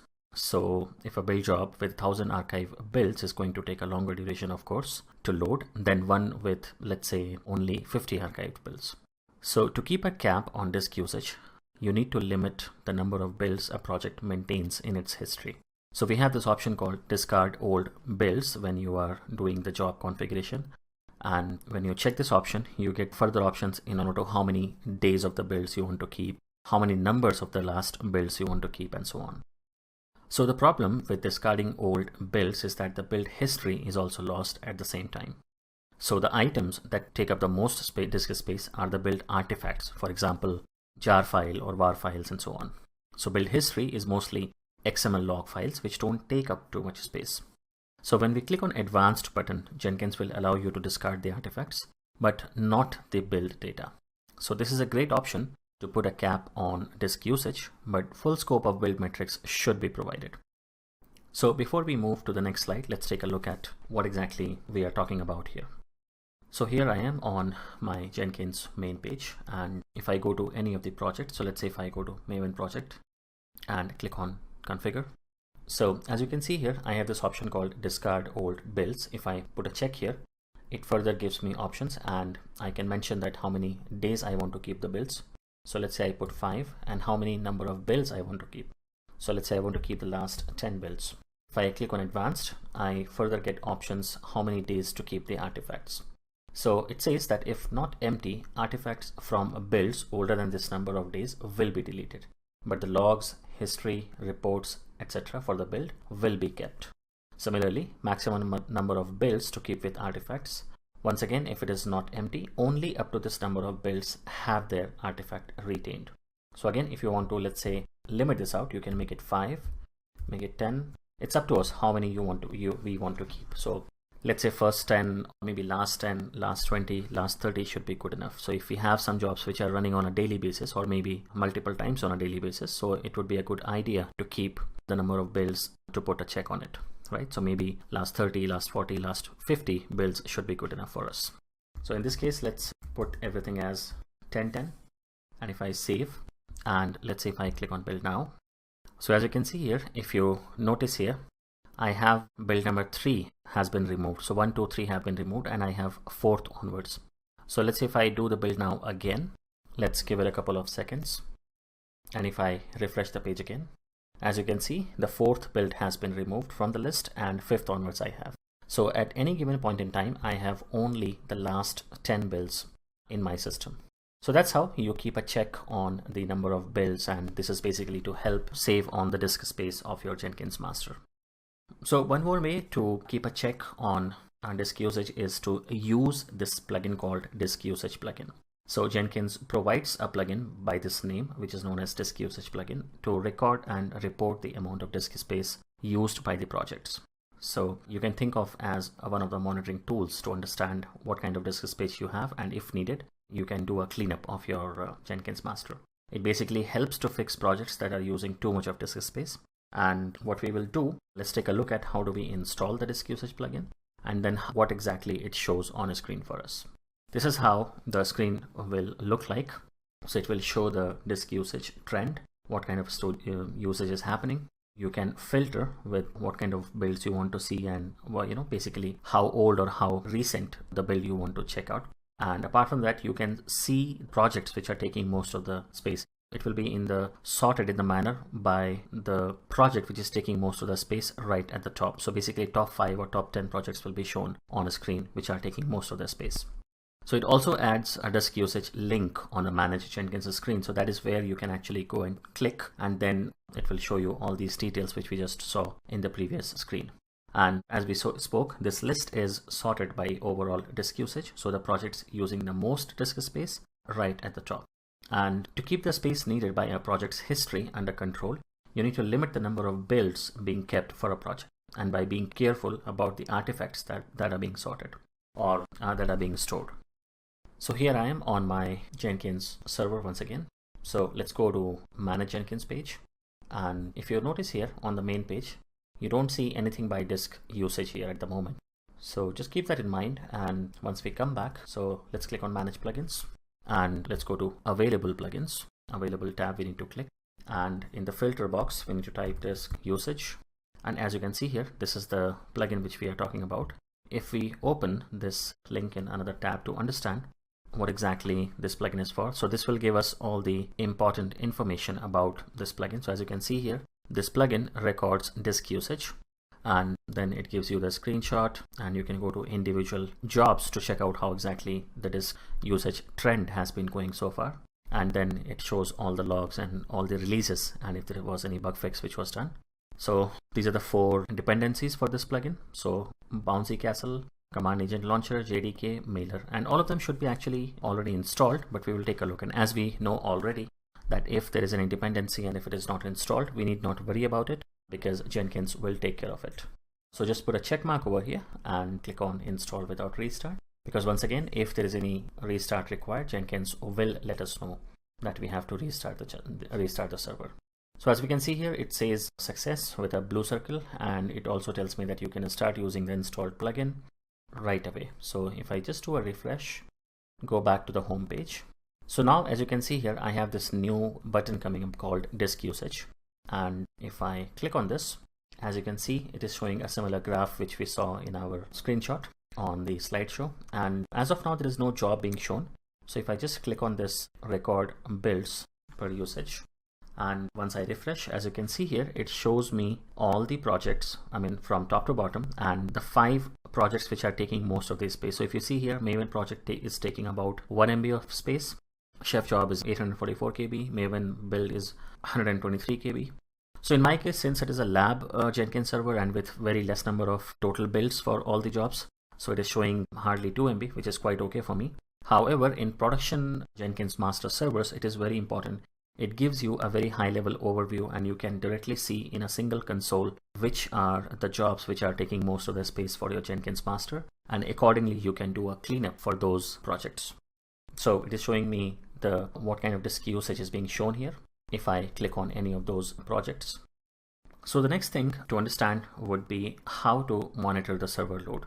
So Jenkins provides a built-in monitoring of server activity. You don't need to install any plugin for this. This is basically pre-installed check which comes in with this one. So we need to go to Manage Jenkins, and there should be one option called Load Statistics. This displays a graph of the server load over time for the master.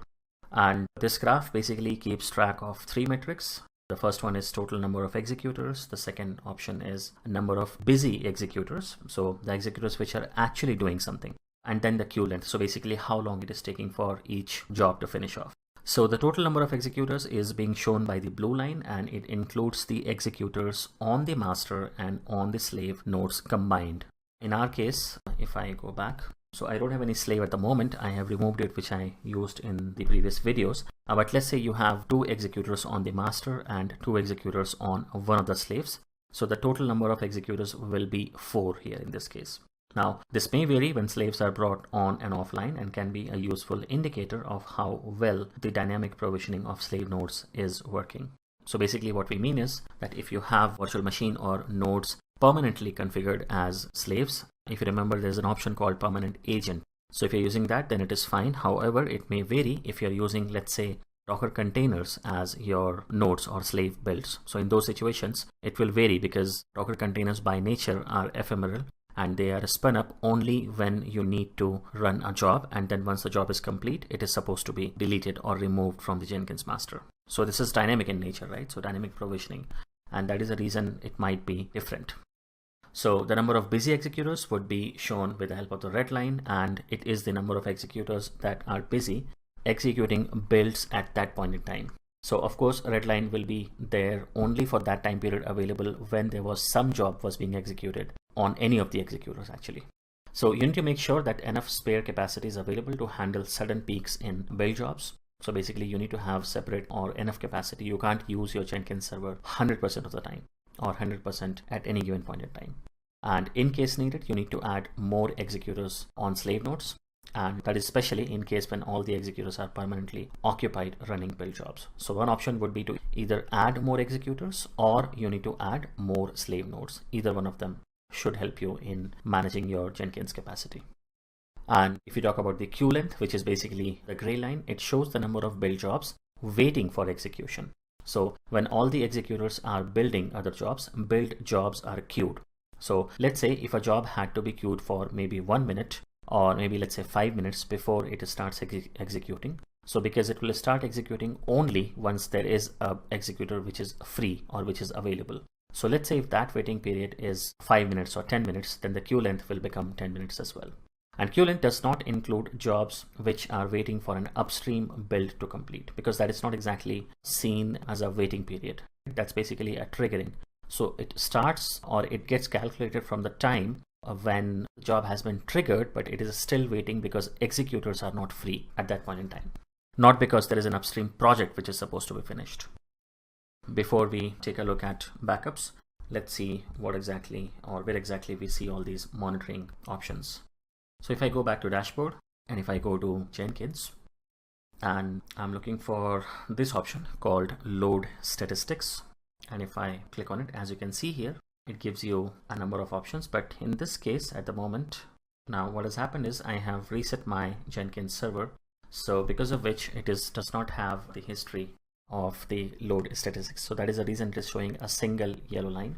It is not showing anything at the moment. However, if you see at the bottom, if you see here, so the blue one indicates online executors, the red one says busy executors, the gray one says queue length, and the yellow one indicates available executors. So in my case, I do have 2 executors available. So that is the reason this is being shown as yellow and a straight line, because no new job has been started here. Alright, so now is the time to understand how exactly we work with backups and restore in Jenkins. So again, working with backups and doing a backup configuration is pretty straightforward. We have multiple ways of backing up a Jenkins server. We can do it manually by copying the Jenkins home directory, or we can use a plugin as well by the name Backup Manager. So let's first take a look at how exactly we do it manually, and then we will see how to work with the plugin. So what we do is, simply speaking, we just periodically back up the Jenkins home directory, which is nothing but var lib Jenkins in most of the cases, unless you have changed it. The default directory will always be var lib Jenkins. And if it is on Windows machine, then c/Jenkins it should be. And this directory basically contains the build information and the build history and a lot of other things as well. So backing up can be done while Jenkins is running, but Jenkins_home directory, it may contain a very large amount of data, so it will take a lot of time. So ideally, you should be doing it when your Jenkins server is not up and running, or even if it is up and running, at least there is no job running inside Jenkins. And then one more very important folder which you would like to back up, even if you don't back up everything in Jenkins, at least this folder should be there, which is /jobs. So the actual folder path will be var lib Jenkins and then jobs. This directory basically contains the details about the job configuration. So let's say if you have 5, 10, 15 different jobs, all the jobs will be listed here in the form of directories, individual directories, and then the build history for each of the job will be available as well. So again, within the jobs, there will be inside the jobs, there will be multiple directories for each build by that number. So 1, 2, 3, 4, like that it will be. And each build history folder will contain all the details with regards to that build, along with the console output as well. And then archived files for each of the build jobs. So basically, all the information with regards to the builds and with regards to the jobs will be there inside /jobs directory. So as we have spoken, there is a subdirectory for each build job within the jobs directory. So there is no need to back up the workspace directory, because it will simply be restored with a clean checkout if Jenkins finds it missing. So as we know already, within the var lib Jenkins folder, you have a directory called workspace, which is basically used for cloning the data or any kind of temp folder which you want to use. So that is the folder from where the execution will take place. So that is not exactly required to be copied, because that's more like the temp folder specifically for Jenkins. So if Jenkins sees on the new folder that workspace is not there, it will simply go ahead and create a new one, and your build will start from scratch. The builds directory contains the history of the builds resulted and previously generated artifacts, with a time-stamped directory for each previous build. So this one would be important. If you want to have the build history from the previous server, you should have a copy of the build directory folder as well. And Jenkins uses the XML and text files to produce the graphs it displays on the build job dashboard. So if these are important for you or for your project, you should copy these files as well. So backing up configuration, again, you have another way of doing it, that you can change the Jenkins home directory to somewhere else. So in this example, we have seen we are putting it /temp/Jenkins backup. And once you do that, you just need to use this export Jenkins_home equal to /temp/Jenkins backup. When you run this command, basically what it is doing is changing the Jenkins home from var lib Jenkins to temp Jenkins backup. And once that is done, when you run this command with this java -jar jenkins.var --HTTP port equal to 8888, what it will do is it will change the default port of Jenkins from 8080 to 8888. And if needed, you need to check it out. What exactly is the ownership for the Jenkins home folder, which in this case would be /temp/Jenkins-backup. It should be owned by the user Jenkins. If it is not, then just run the chown command with -r flag, which will make sure that all the subdirectories or subfolders as well will be changed the permission for the subdirectories will be changed as well. And Jenkins:Jenkins, which would mean Jenkins as the user and Jenkins as the group. So both the permissions you want to change.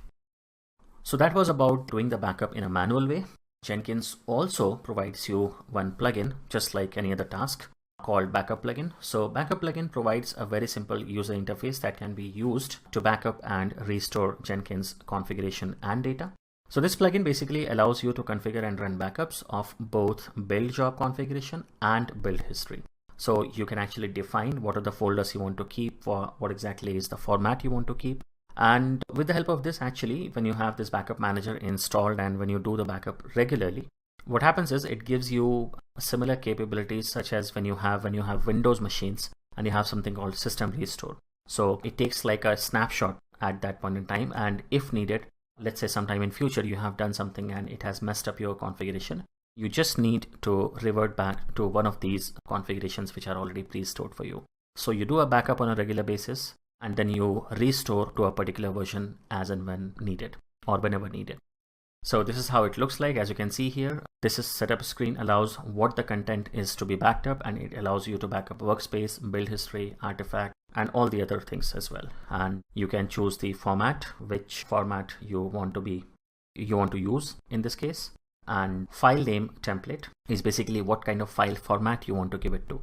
And exclusion will actually provide you an option if you want to exclude anything from this directory or this folder. You can use wildcards, or you can use direct file names or folder names. But be careful with the names, because those names, if they're available anywhere in the subdirectory of varlib Jenkins or the Jenkins homepage, home folder basically, it will remove, or it will exclude, or it will ignore all those files and folders. And once you do that, you always have an option of putting a check mark on these ones. So it will basically help you save the workspace, save the build history, save the fingerprints, and all these things. And once you have done the backup, restoration is also equally easy. Once you have that, it will actually show you in the form of the drop down, and you just need to basically go to the restore page and choose the date of the configuration to reinstate. So post configuring, reload the Jenkins configuration from disk, or simply restart Jenkins. That's all you need to do. So archiving and migrating the build jobs. So in order to reduce the disk space issues, what we do typically is that we delete or archive the projects that are no longer active. Now deletion is fine, but let's say you do want to keep the projects in such a way that you, if needed, you just want to restore it again. So that is something which is provided by archiving. So archiving a project allows you to easily restore that specific project later on if it's needed to consult the project data or artifacts. To archive a project, you just move the build project directory out of the job directory. That's all you need to do. So if you see here, there is an example given. You have this inside the jobs directory. You have 3 different jobs by the name first Jenkins, Jenkins Fibonacci, and Maven project. So you do a Maven project, you create a tar file out of it, and then you move out the tar file from the main directory, and you just remove the folder. That's all you need to do. So you have the tar file. If needed later on, you just put that file back here and just untar it and all the contents, and just once again just restart the Jenkins server, and all of the configuration will come back as it was before. So after completion, reload the configuration from the disk in the Manage Jenkins screen. The archived project will disappear from the dashboard. So migrating the build jobs. Sometimes we need to move or copy Jenkins build jobs without copying the entire Jenkins configuration from one Jenkins instance to another. So if we speak about some of the specific possible scenarios, let's say one possible scenario could be moving to new box which have a different system configuration compared to original machine, or you want to restore an old build job that has been archived. So in all these cases, what you need to do is you just need to copy the subdirectory for that project, which will contain all the details about that project, and you just need to copy and paste it to the respective or the desired Jenkins instance. Anything related to that project will have all the content inside that subdirectory, inside the jobs directory. So by copying or moving the build job directories to the new Jenkins instance, we can copy or move build jobs between instances of the projects. And the project job directory is basically self-contained. It contains both full project configuration and all the build history of it. So if let's say you have run this job for 50 times, so it will have all the details about those 50 builds. Unless of course you have chosen as part of the discard old builds option, if you have chosen that you want to keep only the last 10 or 20 or 30 builds to be kept. So what you do is you navigate to the Manage Jenkins screen and click on Reload Configuration from Disk. And this will simply reload the new job and make sure they are visible on the Jenkins dashboard immediately. So this is one way, or another simple way would be to just go ahead and restart the Jenkins service, which will take care of it as well.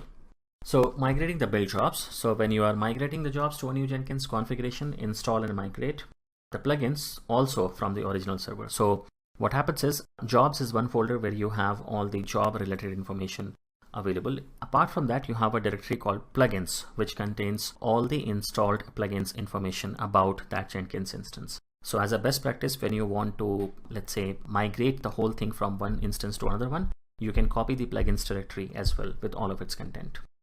Now, some Jenkins plugins can be a bit buggy sometimes. So then what you can do is, in those situations, you don't need to move the plugins folder. You can simply start with a well-defined set of vetted plugins. That way you start with a clean instance of the Jenkins master. So rework on project configurations once they have been imported as a project's config.xml will be updated with plugin specific configuration fields. So config.xml is again inside var lib jenkins/config.xml, and this is the file which is responsible for a lot of standard configuration for the Jenkins master and how does it behave and a lot of other things for Jenkins master. And invalid plugin configurations will be highlighted through warnings or exceptions. Jenkins is smart enough to let you know if there is anything wrong with the plugin configuration. So then you can take action on it, you can remove it, you can reinstall it, you can simply remove the plugin and then do a fresh installation. It should take care of the details. These error messages often mean that the plugin will not work as expected or it will not work at all. So as I said, in those situations, the best way would be to just go ahead and remove the existing plugin and just do a reinstallation afresh, which will, in most of the cases, which will, take care of the problem. So these are the steps to migrate build from one instance to another, and this is the manual way of doing it. So again, the process is, first of all, you need to install Jenkins on the new server. You need to stop both the old and the new Jenkins server. Then go ahead and archive Jenkins_home in old Jenkins instance. You copy it somewhere, you extract it and copy it to the new machine. You go to the new Jenkins machine, copy this zip file to the Jenkins home location, and then once that is done, you just go ahead and restart the Jenkins server and it should take care of it. That is how you work. You can actually go ahead and download the latest Jenkins var file, then go ahead and run the command to install it, then browse the local host, wait until the unlock Jenkins page appears and copy the automatically generated password from the Jenkins console output. So if you don't remember all these steps, we have done it already in the module 2 of this course. So if you have any doubts and if you want to see it, how exactly it is done, just refer to module 2, and we have had a detailed discussion on this, how to install a fresh instance of Jenkins. And then, as we have spoken, we have this plugin called Backup Manager, which will help us back up the config files as well. So we can define all the details. We can tell what exactly we want the things to be copied. And then once it is copied, we can simply do a backup and then we can do a restore as well whenever needed. Apart from that, it gives me options to backup different types of contents such as workspace, history, artifacts, fingerprints, etc. And once we have done the backup, restoration is as easy. You just need to go to you can either create a new Jenkins instance or you can go to a previously running Jenkins instance. Go to Manage Jenkins, make sure you have the Backup Manager installed, and then go to Backup Manager, do a restore configuration and choose the Jenkins.var file. And that should provide you with this restore configuration. And when you click on the drop down, it will give you the option to choose the date on which you want to restore the configuration. So just choose the correct date or the correct file and then click on restore. And once it is done, just do a restart of the Jenkins service and it should take care of the rest. All right, so let's try and understand how exactly we do migration from an existing Jenkins server to a new Jenkins server. So here I am on my existing Jenkins server. And if you remember, this is the server which is ending with 145. So let me go back to this. So I have the command line, and as you can see, this is the machine ending with 145, and this is the machine on which I have Jenkins server up and running. So let's do one thing. This is a new instance on which I want to basically create. What I want to do is I want to migrate all my Jenkins load from this machine, which is ending with 145, to this machine, which is ending with 146. As of now, let me check. As you can see here, it is showing as one of the available packages, but Jenkins is not installed at the moment. So let me go ahead and do the installation, which is super easy. I just need to do a sudo yum install Jenkins. As you can see, it is installing 2.147-1.1 version, which is one of the recent versions. Should not be a problem. I just hit yes. I could have given a -y in the first command itself, but I just wanted to show you that which version is getting installed. It will take a couple of seconds. So while it is doing that, let me go to the Jenkins home directory. At the moment, I am inside Vagrant users home directory. So go to cd var lib Jenkins. This is the Jenkins home page. So one option I have is to take the whole backup of this whole directory.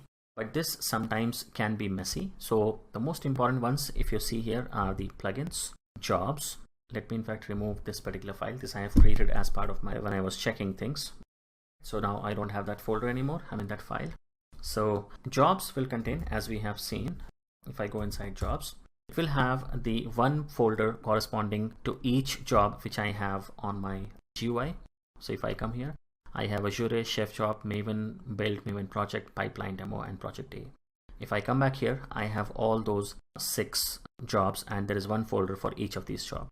Let's take a look at Maven Project. So if I go inside Maven Project, I have 3 and 5, 6 files. So of course, config.xml will have all the details about the job. If I go to builds, the first directory, and if I click on LL, as you can see here, I have these directories with numbers. So these ones basically indicate the each build for this one. So if I just go in and let's say go inside 5, so that will basically refer to build number 5. And if I go inside, if I do LL again I can see the build.xml, changelog.xml. So all these files are pertaining to that particular build.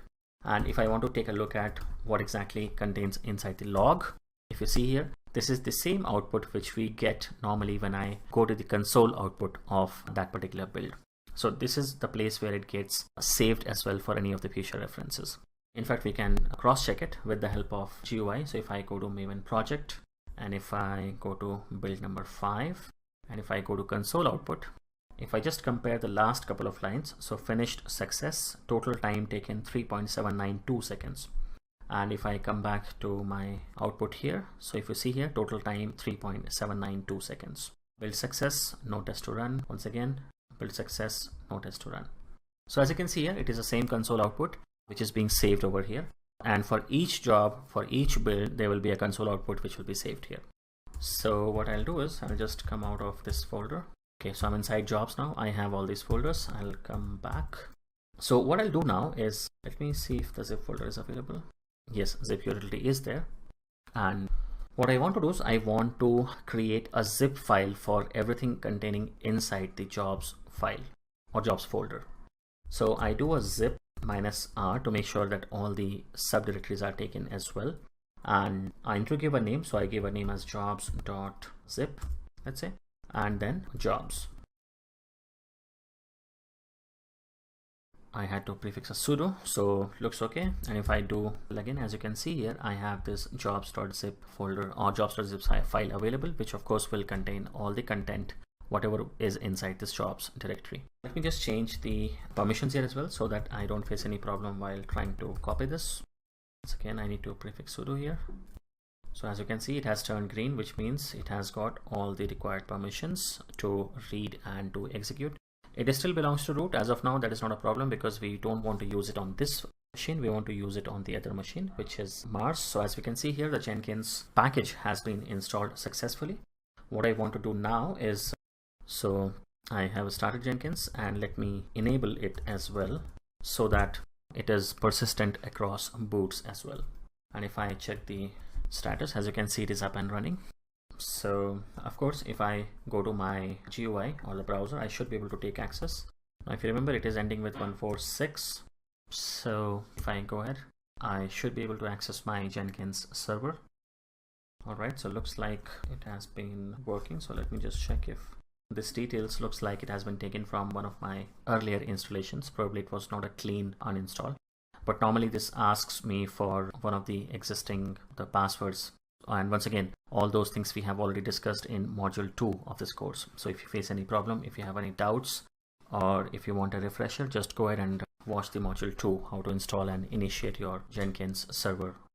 Alright, so my Jenkins is up and running. As you can see here, I don't have any jobs at the moment. There is no build history. It's a complete fresh installation of Jenkins. But what I want is I want to have a replica of this one, right? I want to have a replica of my existing Jenkins server, which is on 145. So as you can see, I have 6 jobs and each job has been run multiple times. Some of the jobs are 39 days old or 3 days old, 2 hours old, 1 day. Most of these are like last 3-4 days I have created, but still they have got multiple iterations. So multiple builds have been completed for them. So as you can see, Chef job has been run 24 times. Maven project has been run 14 times, and so on. So what I will do now is I have the Jenkins server up and running. Let me go back to Jenkins main, the first server, the Jupyter, which is ending with 145 IP address.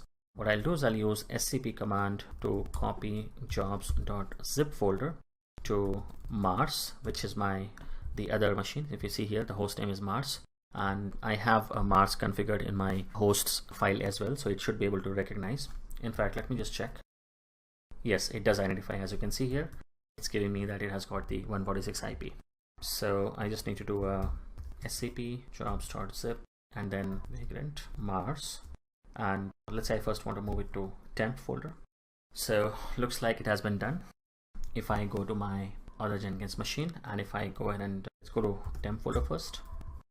So as you can see here, jobs.zip is present. Let me move it to, and now if I go to,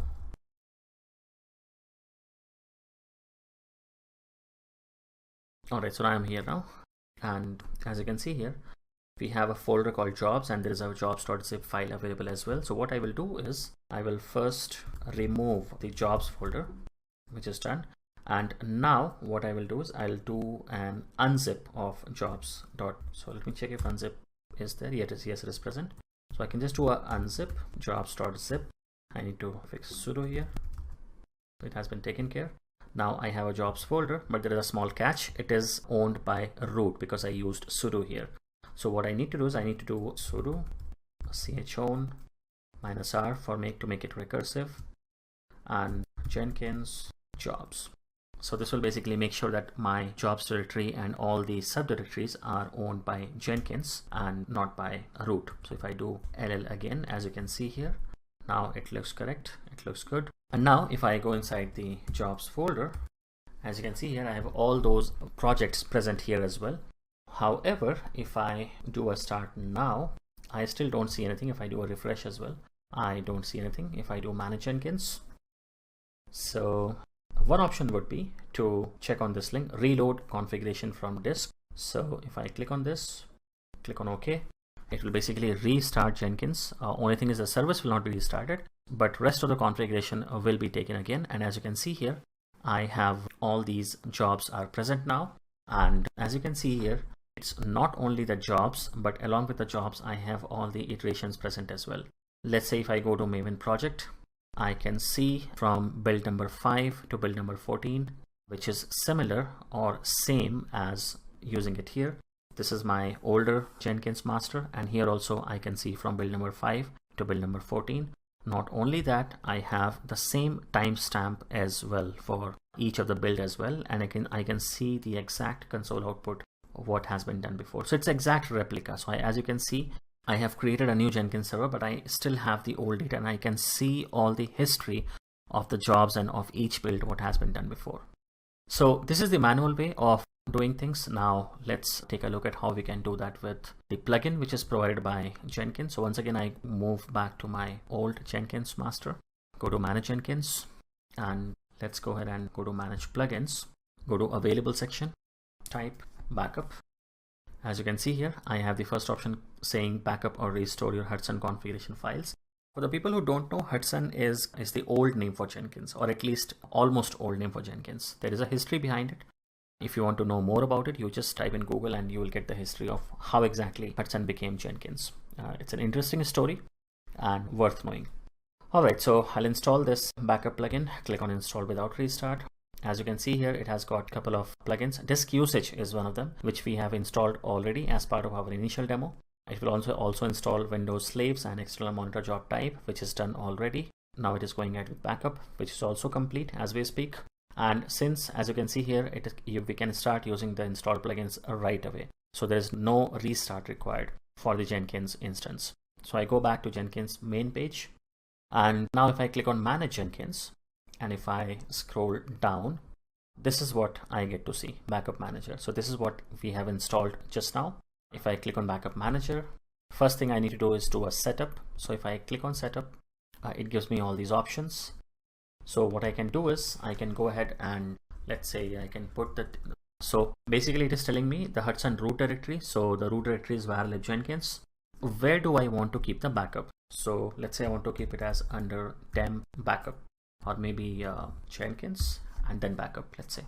It is asking me the zip file or tar bz2, so any one of them I can choose. I'll stick to zip. File name template, again I'm telling Jenkins to give the format as backup_date.extension. And once again I'll have all these options, so backup, job workspace, build history, etc. And once I do that, I just need to click on save. So my setup is complete. That's how easy it is. And once that is done, I just need to click on backup Hudson configuration. So it will tell me that Jenkins is going to shut down. But again, there is no job is running, so it will do it immediately. Normally, if you have any kind of job running inside Jenkins, it will basically wait for those jobs to be stopped and then it will do the backup.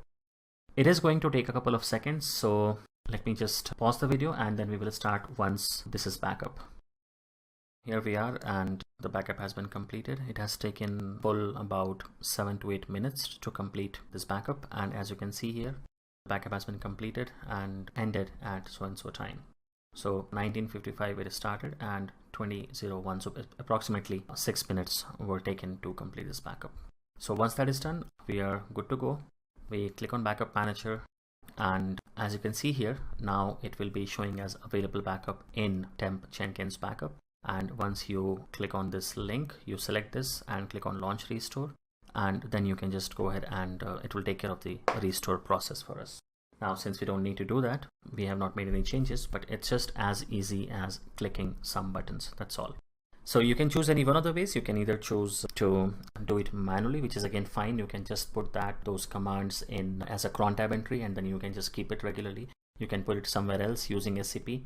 You can put it in the same instance, or it would be better if you keep it somewhere else in some other instance. So if needed, you can just copy the folder back.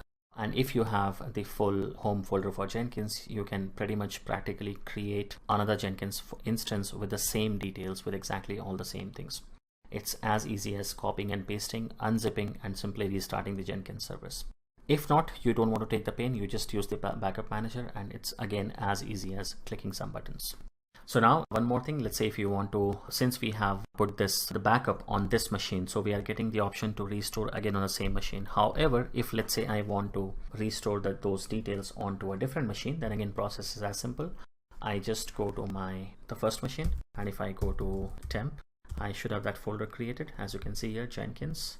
If I Jenkins, I have this backup, and if I do, as you can see, this backup.zip has been created. So I just need to copy this file to the new file or new instance over here at a specific location, and then I just need to install the plugin, which is a backup manager plugin, once again on this machine. And then if I put at a specific location, and then it will come as one of the options to restore that backup as well. That's about the backup and restore. Let's see what else do we have in a store. All right, so the next topic is Jenkins best practices, or some of the do's and don'ts when you're working with Jenkins on a daily basis. The first one is, of course, you should secure your Jenkins instance and make sure that it is secured with user credentials. You always have an option of running Jenkins without user credentials, but that is not recommended at all. So make sure you go to configure global security and properly configure the authentication and authorization for Jenkins instances. And you should authenticate users and enforce access control to a Jenkins instance, which is basically through configure global security. You should always break down the jobs. You should not keep your jobs very long. If needed, you can always create an upstream downstream projects, right? So you can create multiple jobs, job A, B, C, D, and then you can tie them up in such a way that once job A is complete, it will trigger job B, then B will trigger job C, and C will trigger job D, and so on. So because to perform multiple tasks in a single Jenkins job is not ideal, it's not always a good idea. So break up a single build process into smaller steps by creating a pipeline so that each have its own responsibilities. And with this, the feedback is faster and more specific. It also helps you in, if let's say there is something wrong with the process and overall, when the build fails. Now, since you can put notification mechanism at the end of every job, so it'll be easy for the person or the people who are the stakeholders to identify where exactly things have gone wrong, and they can quickly fix the issues. Next is quite obvious. You should always back up your Jenkins home regularly. If any configuration changes happens accidentally, then the Jenkins backup can be used to restore. And to ensure reliable, optimized production operation with Jenkins, backups are definitely needed. You should also make sure that there is no resource collision. So multiple jobs running at the same time often causes collisions if they set up some kind of service or need exclusive access. This is where we make use of our distributed builds, and you can have multiple slaves for multiple types of jobs. You can always put different jobs onto different slaves with the help of labels. That is always an option. So, and also you can avoid build collisions, and what you can do is you can allocate a different port for parallel project builds. That is also one of the options. Of course, you should set up proper email notifications mapping to developers in the project so that everyone in the team is up to date on the project's status. And yes, all these stakeholders should be notified so that whenever something happens, whenever something goes wrong, all these stakeholders are notified ASAP so that they can take quick actions and they can take necessary steps to ensure that failures are reported as soon as possible and fixed by the respective team members. Clean builds, this basically means that your build should always start from scratch. So you should always have an option of using the discard builds, or this should always be a clean build. So basically you start from the source code. So because that will always ensure that you have the latest code to be built, and it will also ensure that the build is reproducible. So in a nutshell, clean builds are the most reliable builds. So generate trend reports. So trends helps you to quickly analyze progress state of the project. So you can configure jobs to generate trend reports and automated testing when running a testing job. And this testing surely helps to achieve desired quality. Use of labels. So of course, in order to make your build more diversified, and if you have a very big cluster of multiple build slaves, so labeling is very important. So one way to do this is using labels to a particular node. So that way you have one label, and you have behind that label you have multiple nodes, and it helps you in load balancing as well if you have a lot of jobs of similar nature. And labels helps teams to identify the uniqueness of each node and use it for the right purpose.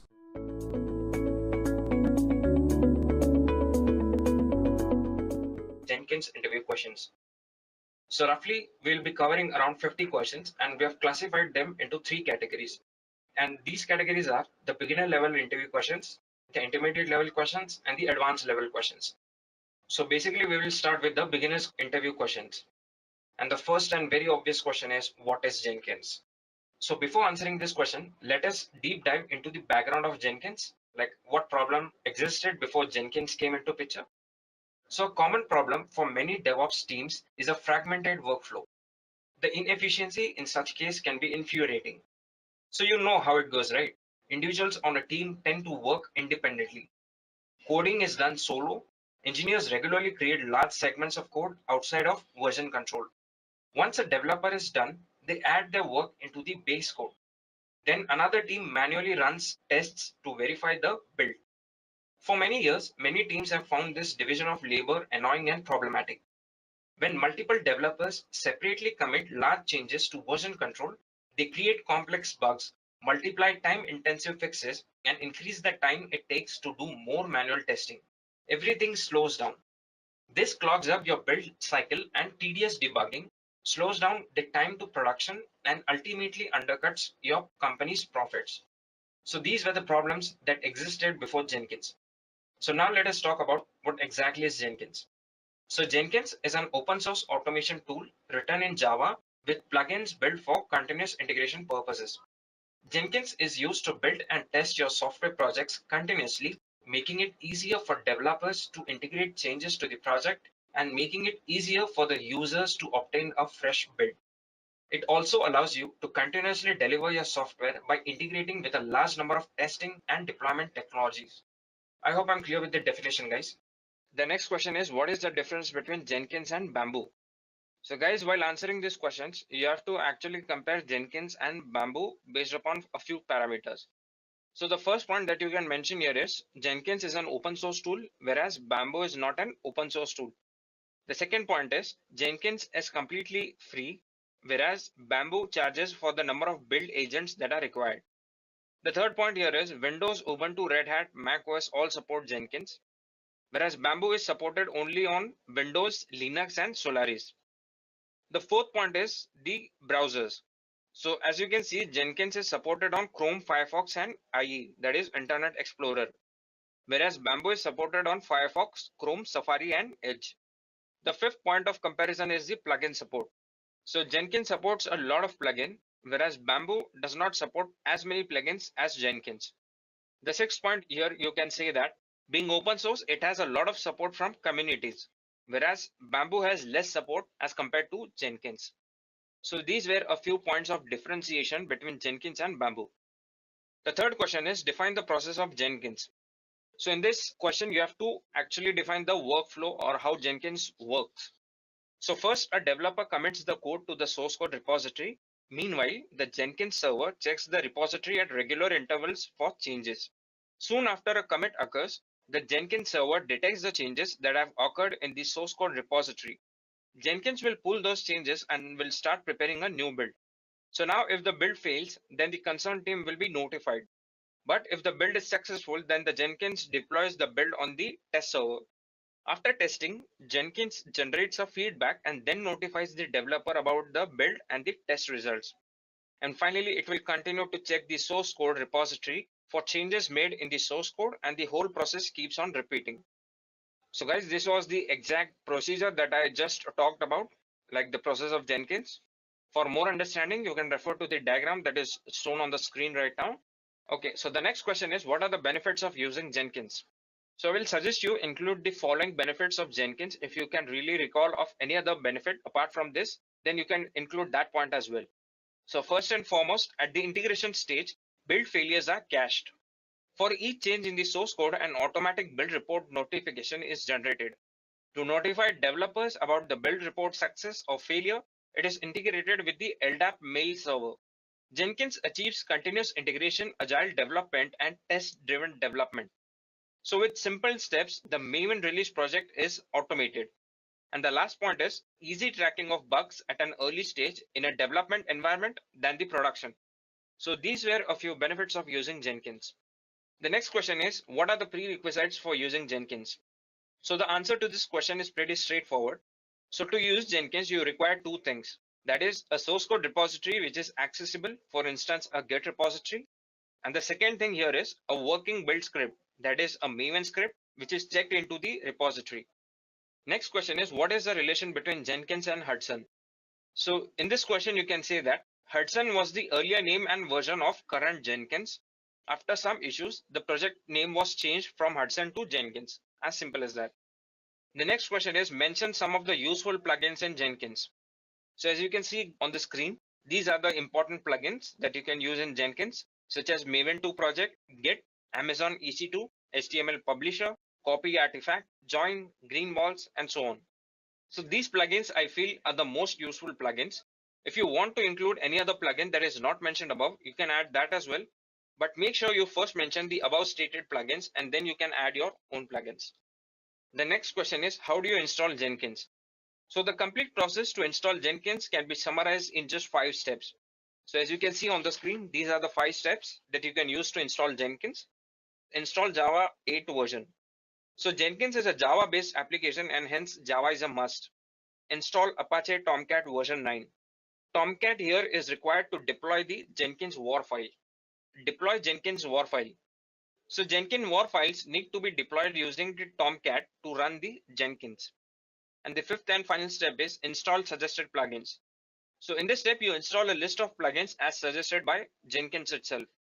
So once the installation is complete, you will be able to see the Jenkins dashboard.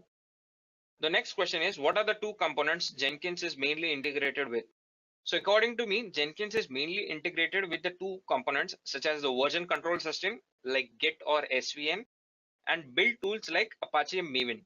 So if you have anything else in your mind that is not mentioned here, you can include that as well. The next question here is, what is Maven and what is the benefit of integrating Maven with Jenkins?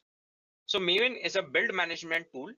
It uses a simple pom.xml to configure all the dependencies needed to build, test, and run the code. Maven manages the full lifecycle of a test project. Once integrated with Jenkins, the Maven WebDriver will build the project and execute all tests efficiently. The next question is, mention the commands that you can use to start Jenkins manually. To start Jenkins manually, open the console or the command line and then go to your Jenkins installation directory. Over there, you can use the following commands as you can see on the screen. So to start Jenkins, you can use the command jenkins.exe space start. To stop Jenkins, you can use the command jenkins.exe space and stop. And to restart Jenkins, you can use the command jenkins.exe space restart. The next question is, which SCM tools does Jenkins support?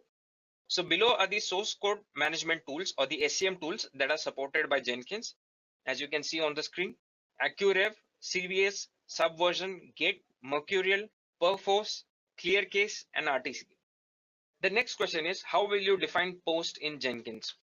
Post is a section that contains several additional steps that might execute after the completion of the pipeline. The execution of all the steps within the condition block depends upon the completion status of the pipeline. The condition block includes the following conditions such as changed success, always, failure, unstable, and aborted. The next question is, what are the parameters in Jenkins? Parameters are supported by agent section and they are used to support various use cases pipeline. Parameters are defined at the top level of the pipeline or inside an individual stage directive. The next question is, what is Groovy?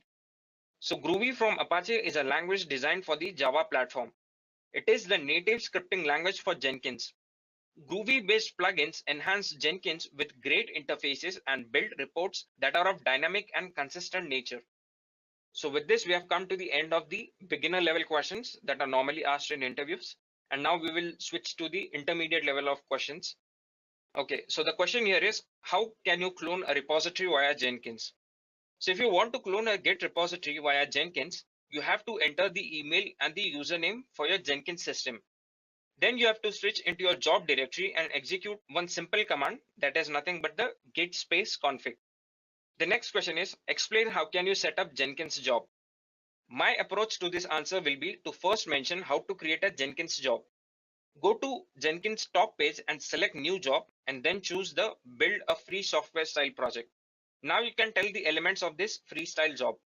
Optional SCM such as the CVS or the Subversion where your source code resides. The second point is optional triggers to control when Jenkins will perform builds. Next, some sort of build script that performs the build such as AND, Maven, shell script, batch file, etc. where the real work happens. Next comes the optional steps to collect information out of the build such as archiving the artifacts and or recording Java doc and test results. Finally, optional steps to notify other people or systems with the build result such as sending emails, IMs, updating issue tracker, and so on. The next question is how to create a backup and copy files in Jenkins. The answer to this question is really direct. To create a backup, all you need to do is periodically backup your Jenkins home directory. This contains all of your build jobs, configurations, your slave node configurations, and your build history. To create a backup of your Jenkins setup, just copy this directory. You can also copy a job directory to clone or replicate a job or rename the directory. The next question is, how will you secure Jenkins? The way I secure Jenkins is mentioned here, and if you have any other way to do it, then you can include that as well. So first and foremost, ensure global security is turned on. Ensure that Jenkins is integrated with the company's user directory and an appropriate plugin. Next, ensure that the matrix or the project matrix is enabled to fine-tune access. Then you can automate the process of setting rights or privileges in Jenkins with custom version control script, and then limit the physical access to Jenkins data or the folders. And finally, periodically run security audits on the same. The next question is, explain how can you deploy a custom build of a core plugin. So according to the writers of the documentation, you need a copy of your .hpi file to the Jenkins home/plugins location. Remove the plugins development directory and finally create an empty file called .hpi.pinned for Maven to use. Then you should be ready to restart Jenkins and use your custom build of a core plugin. Below are the steps to deploy a custom build of a core plugin. So first, stop Jenkins, then copy the custom HPI to Jenkins home/plugins location. Delete the previously expanded plugin directory. Make an empty file called the plugin.hpi.pin, and finally restart Jenkins. So the next question is, what do you do when you see a broken build for your project in Jenkins? There can be multiple answers to the question. I will approach this task in the following way. As you can see on the screen, I will open the console output for the broken build and try to see if any file changes were missed. If I am unable to find the issue that way, then I will clean and update my local workspace to replicate the problem on my local and try to solve it. If you do it in a different way, then just mention that in your answer. That's it. I hope you have understood this question. The next question is, what are the various ways in which a build can be scheduled in Jenkins? So you can schedule a build in Jenkins in the following ways. The first way is by source code management commits. Second one is after the completion of other builds. Third way is builds can be scheduled to run at a specified times. And fourth one, by using manual build requests. The next question is, what is the use of pipelines in Jenkins? Pipeline plugin is used in Jenkins for making the Jenkins pipeline, which gives us the view of stages or tasks to perform one after the other in the pipeline form. It models a series of related tasks. Pipeline helps the team to review, edit, and iterate upon the tasks. Pipelines are durable and it can optionally stop and wait for human approval as well as to start the next task. A pipeline is extensible and can perform work in parallel. It supports complex CD requirements. The next question is, explain the terms agent, post section, and Jenkinsfile. So agent is a directive to tell Jenkins to execute the pipeline in a particular manner or order. In declarative pipelines, the agent directive is used to specify which agent or slave the job or task is to be executed on. This directive only allows you to specify where the task is to be executed, which agent, slave, label, or Docker image. Now let us talk about the post section. If we have to add some notification and to perform some other tasks at the end of a pipeline, post section will definitely run at the end of every pipeline's execution. And Jenkins file is nothing but a text file where all the definitions of pipelines are defined. It is being checked in the source control repository. The next question is, do you know about cloud computing and how can Jenkins fit into a cloud computing environment? Explain with an example.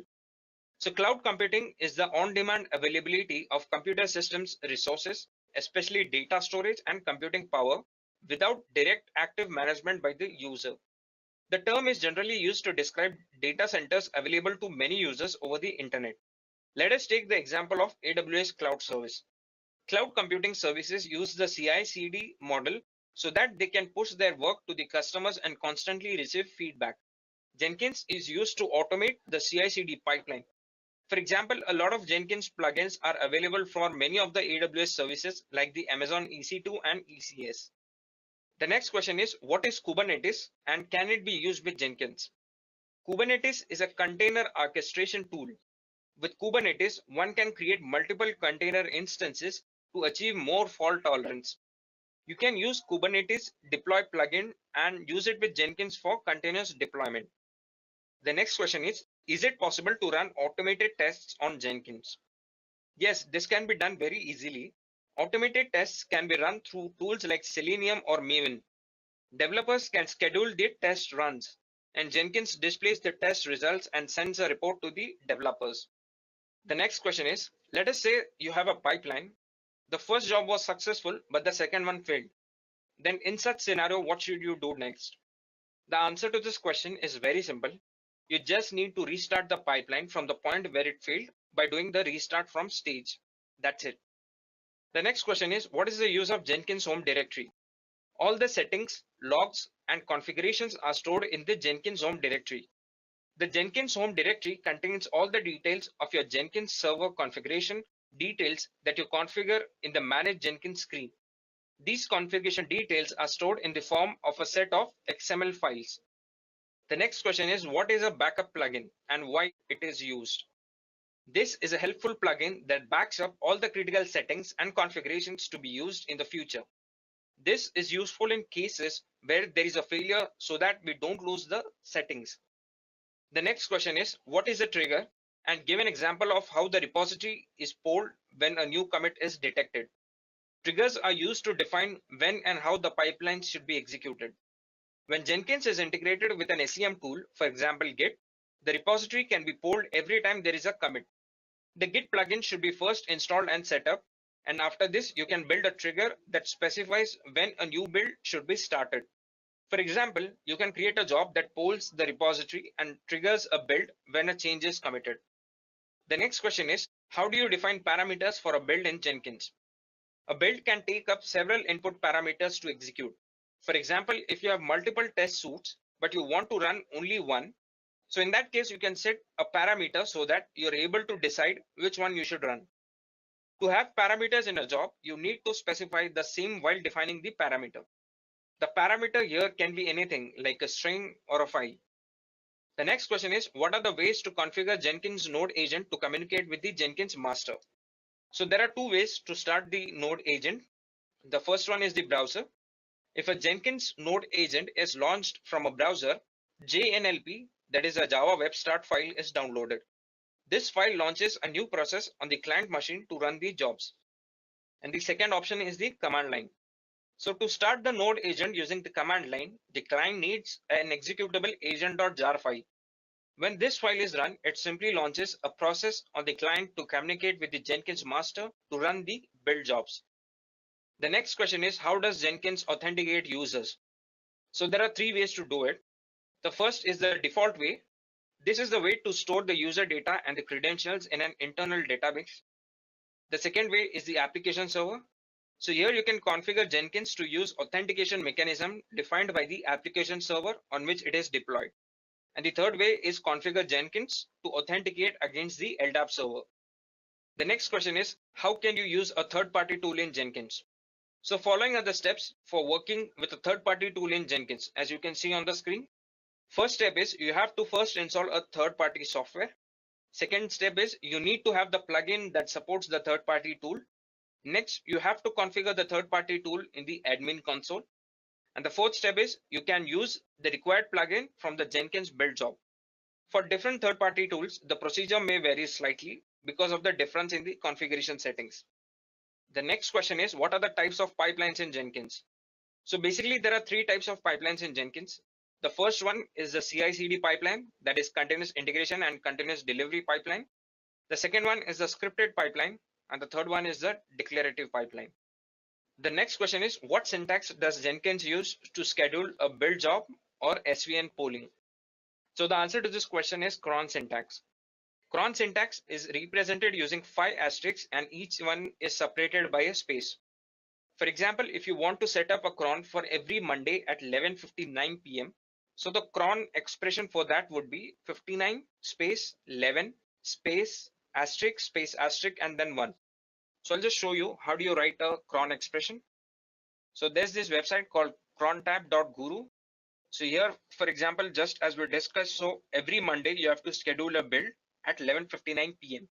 So here you have to type 59, for example, the 59th minute of the 11th hour. So that is why 59 and space 11. And then next asterisk is for the day. In our case, it doesn't matter which day it is. There's space. The next asterisk is for the month. So in this case, it doesn't matter which month it is, space. And then the final asterisk or the fifth asterisk is for the day of the week. So in this case, Monday is normally the first day of the week. So that's why we write here 1. So as you can see here, 59 space 11 space asterisk and then 1. So at 11:59 every Monday. So this is how you write a cron expression. Okay. The next question is, what is DevOps and in which stage does Jenkins fit in? So DevOps is a software development practice that blends software development with the IT operations, making the whole development lifecycle simpler and shorter by constantly delivering builds, fixes, updates, and features. Jenkins plays a crucial role because it helps in this integration by automating the build, test, and deployment process. So the next question is, do you know any other continuous integration tools? How is Jenkins better than any of those? So there are many other CI tools, as you can see on the screen: TeamCity, Bamboo, Perforce, Circle CI, Go, ThoughtWorks, Integrity, Travis CI, and so on. So we cannot say that Jenkins is better than any other tool because each has its own unique features. For example, TeamCity offers great .NET support, but it is complex and costly. Travis CI is free just like Jenkins and has good documentation too. Bamboo 2 offers efficient and faster builds, but it is not completely free and so on. The next question is, Name the Jenkins environment variable you have used in a shell script or a batch file. There are numerous environment variables that are available by default in any Jenkins build job. A few commonly used ones are, as you can see on the screen, job name, node name, workspace, build URL, and job URL. So here you should note that as new Jenkins plugins are configured, more environment variables become available. For example, when the Jenkins Git plugin is configured, new Jenkins Git environment variables such as git commit and git URL become available to be used in scripts. The next question is, what is continuous integration in Jenkins? So in software development, multiple developers or teams work on different segments of the same web application. So in this case, you have to perform integration testing by integrating all modules. In order to do that, an automated process for each piece of code is performed on a daily basis so that all your code gets tested. So this process is known as continuous integration. The next question is, how is continuous integration achieved using Jenkins? So following are the steps used to achieve continuous integration using Jenkins, as you can see on the screen. In the first step, all the developers commit their source code changes to the shared Git repository. In the next step, Jenkins server checks the shared Git repository at specified intervals and detected changes are then taken into the build. Next, the build results and test results are shared to the respective developers. Then the build application is displayed on a test server like a Selenium and automated tests are run. And finally, the clean and tested build is deployed to the production server. The next question is, what is a DSL Jenkins? The Jenkins Job DSL plugin is made up of two parts. The first one is the domain-specific language itself that allows user to describe jobs by using a Groovy-based language, and second, a Jenkins plugin which manages the scripts and the updating of Jenkins job which are created and maintained as a result. The next question is, how do you create a multi-branch pipeline in Jenkins? The multi-branch pipeline project type enables you to implement different Jenkins files for different branches of the same project. In a multi-branch pipeline project, Jenkins automatically discovers, manages, and executes pipelines for branches that contain a Jenkins file in the source control. The next question is, what are the types of jobs or projects in Jenkins? The following are the types of jobs or projects in Jenkins, as you can see on the screen: freestyle project, Maven project, pipeline project, multi-branch pipeline, external job, multi-configuration project, and GitHub organization. The next question is, what is Blue Ocean in Jenkins? So it is a project that was started with the purpose to rethink the user experience of Jenkins, modeling and presenting the process of software delivery by surfacing information that is important to the development teams. This is done with as few clicks as possible while still staying true to the extensibility that is core to the Jenkins. While this project is in the alpha stage of the development, the intent is that Jenkins user can still install Blue Ocean side by side with the Jenkins classic UI via plugin. So now we will talk about the advanced level of interview questions. The next question is, what do you mean by pipeline as code? So pipeline as code describes a set of features that allow Jenkins users to define a pipeline job process with code stored and versioned in a source code repository. These features allow Jenkins to discover, manage, and run jobs for multiple source repositories and branches, eliminating the need for manual job creation and management. To use the pipeline as code, projects must contain the file name Jenkinsfile in the repository root, which contains a pipeline script. Additionally, one of the enabling jobs needs to be configured in Jenkins. The first one is the multi-branch pipeline. Here you build multiple branches of a single repository automatically. And the second is organization folders. Here you scan a GitHub organization or a Bitbucket team to discover an organization's repositories, automatically creating managed multi-branch pipeline jobs for them. The next question is, what is continuous testing? So continuous testing is a process where automated tests are executed as a part of the software delivery pipeline. This is done in order to obtain a feedback on the business risks associated with the software as early as possible. It consists of evolving and extending test automation to address the increased complexity and pace of modern application development and delivery. Continuous means without any disruption of any kind. Testing is done on a continuous basis.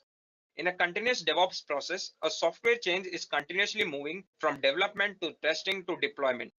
The code is continuously developed, delivered, tested, and deployed. The next question is, how do you integrate Git with Jenkins? So following are the steps that you can use to integrate Git with Jenkins. And I will also show you the screenshots of these steps. As you can see here, if you go to the Jenkins dashboard, first you have to click on the Manage Jenkins. Next, in the Manage Jenkins section, you have to click on Manage Plugins. Then you have to search for the Git plugin here. As you can see here, if it is installed, you'll be able to see here. But if it is not installed, you will see here an option of install. So once you install it, you'll be able to save this plugin in the list. Okay, so once you download the plugin, you can see here, it will be mentioned here, GitHub branch source plugin. So these were the steps to download the Git plugin and integrate it with Jenkins. The next question is, what is the difference between continuous delivery and continuous deployment? So you can refer to the diagram that is present on your screen right now. Continuous delivery is a software development practice where you build software in such a way that software can be released to the production at any time. You achieve continuous delivery by continuously integrating the products built by the development team, running automated tests on those built products to detect the problems, and then push those files into production-like environments to ensure that the software works in the production. So guys, the summary here is, in continuous delivery, you have manual deployment to production. So in continuous delivery, there is no need for every change to be deployed. Now let us talk about the continuous deployment. So the second figure here is continuous deployment. So here automated deployment onto the production happens, and this stage, that is continuous deployment, involves every change to be deployed automatically. Continuous deployment means that every change that you make goes through the pipeline, and if it passes all the tests, it automatically gets deployed onto the production. So with this approach, the quality of the software release completely depends on the quality of the test suite, as everything is automated. So with this, we have come to the end of this session. I hope you have enjoyed this session. If you have any queries related to this session, you can post them in the comment box below, and we will try to get back to you as early as possible. I hope you have enjoyed listening to this video. Please be kind enough to like it, and you can comment any of your doubts and queries, and we will reply them at the earliest. Do look out for more videos in our playlist and subscribe to Edureka channel to learn more. Happy learning!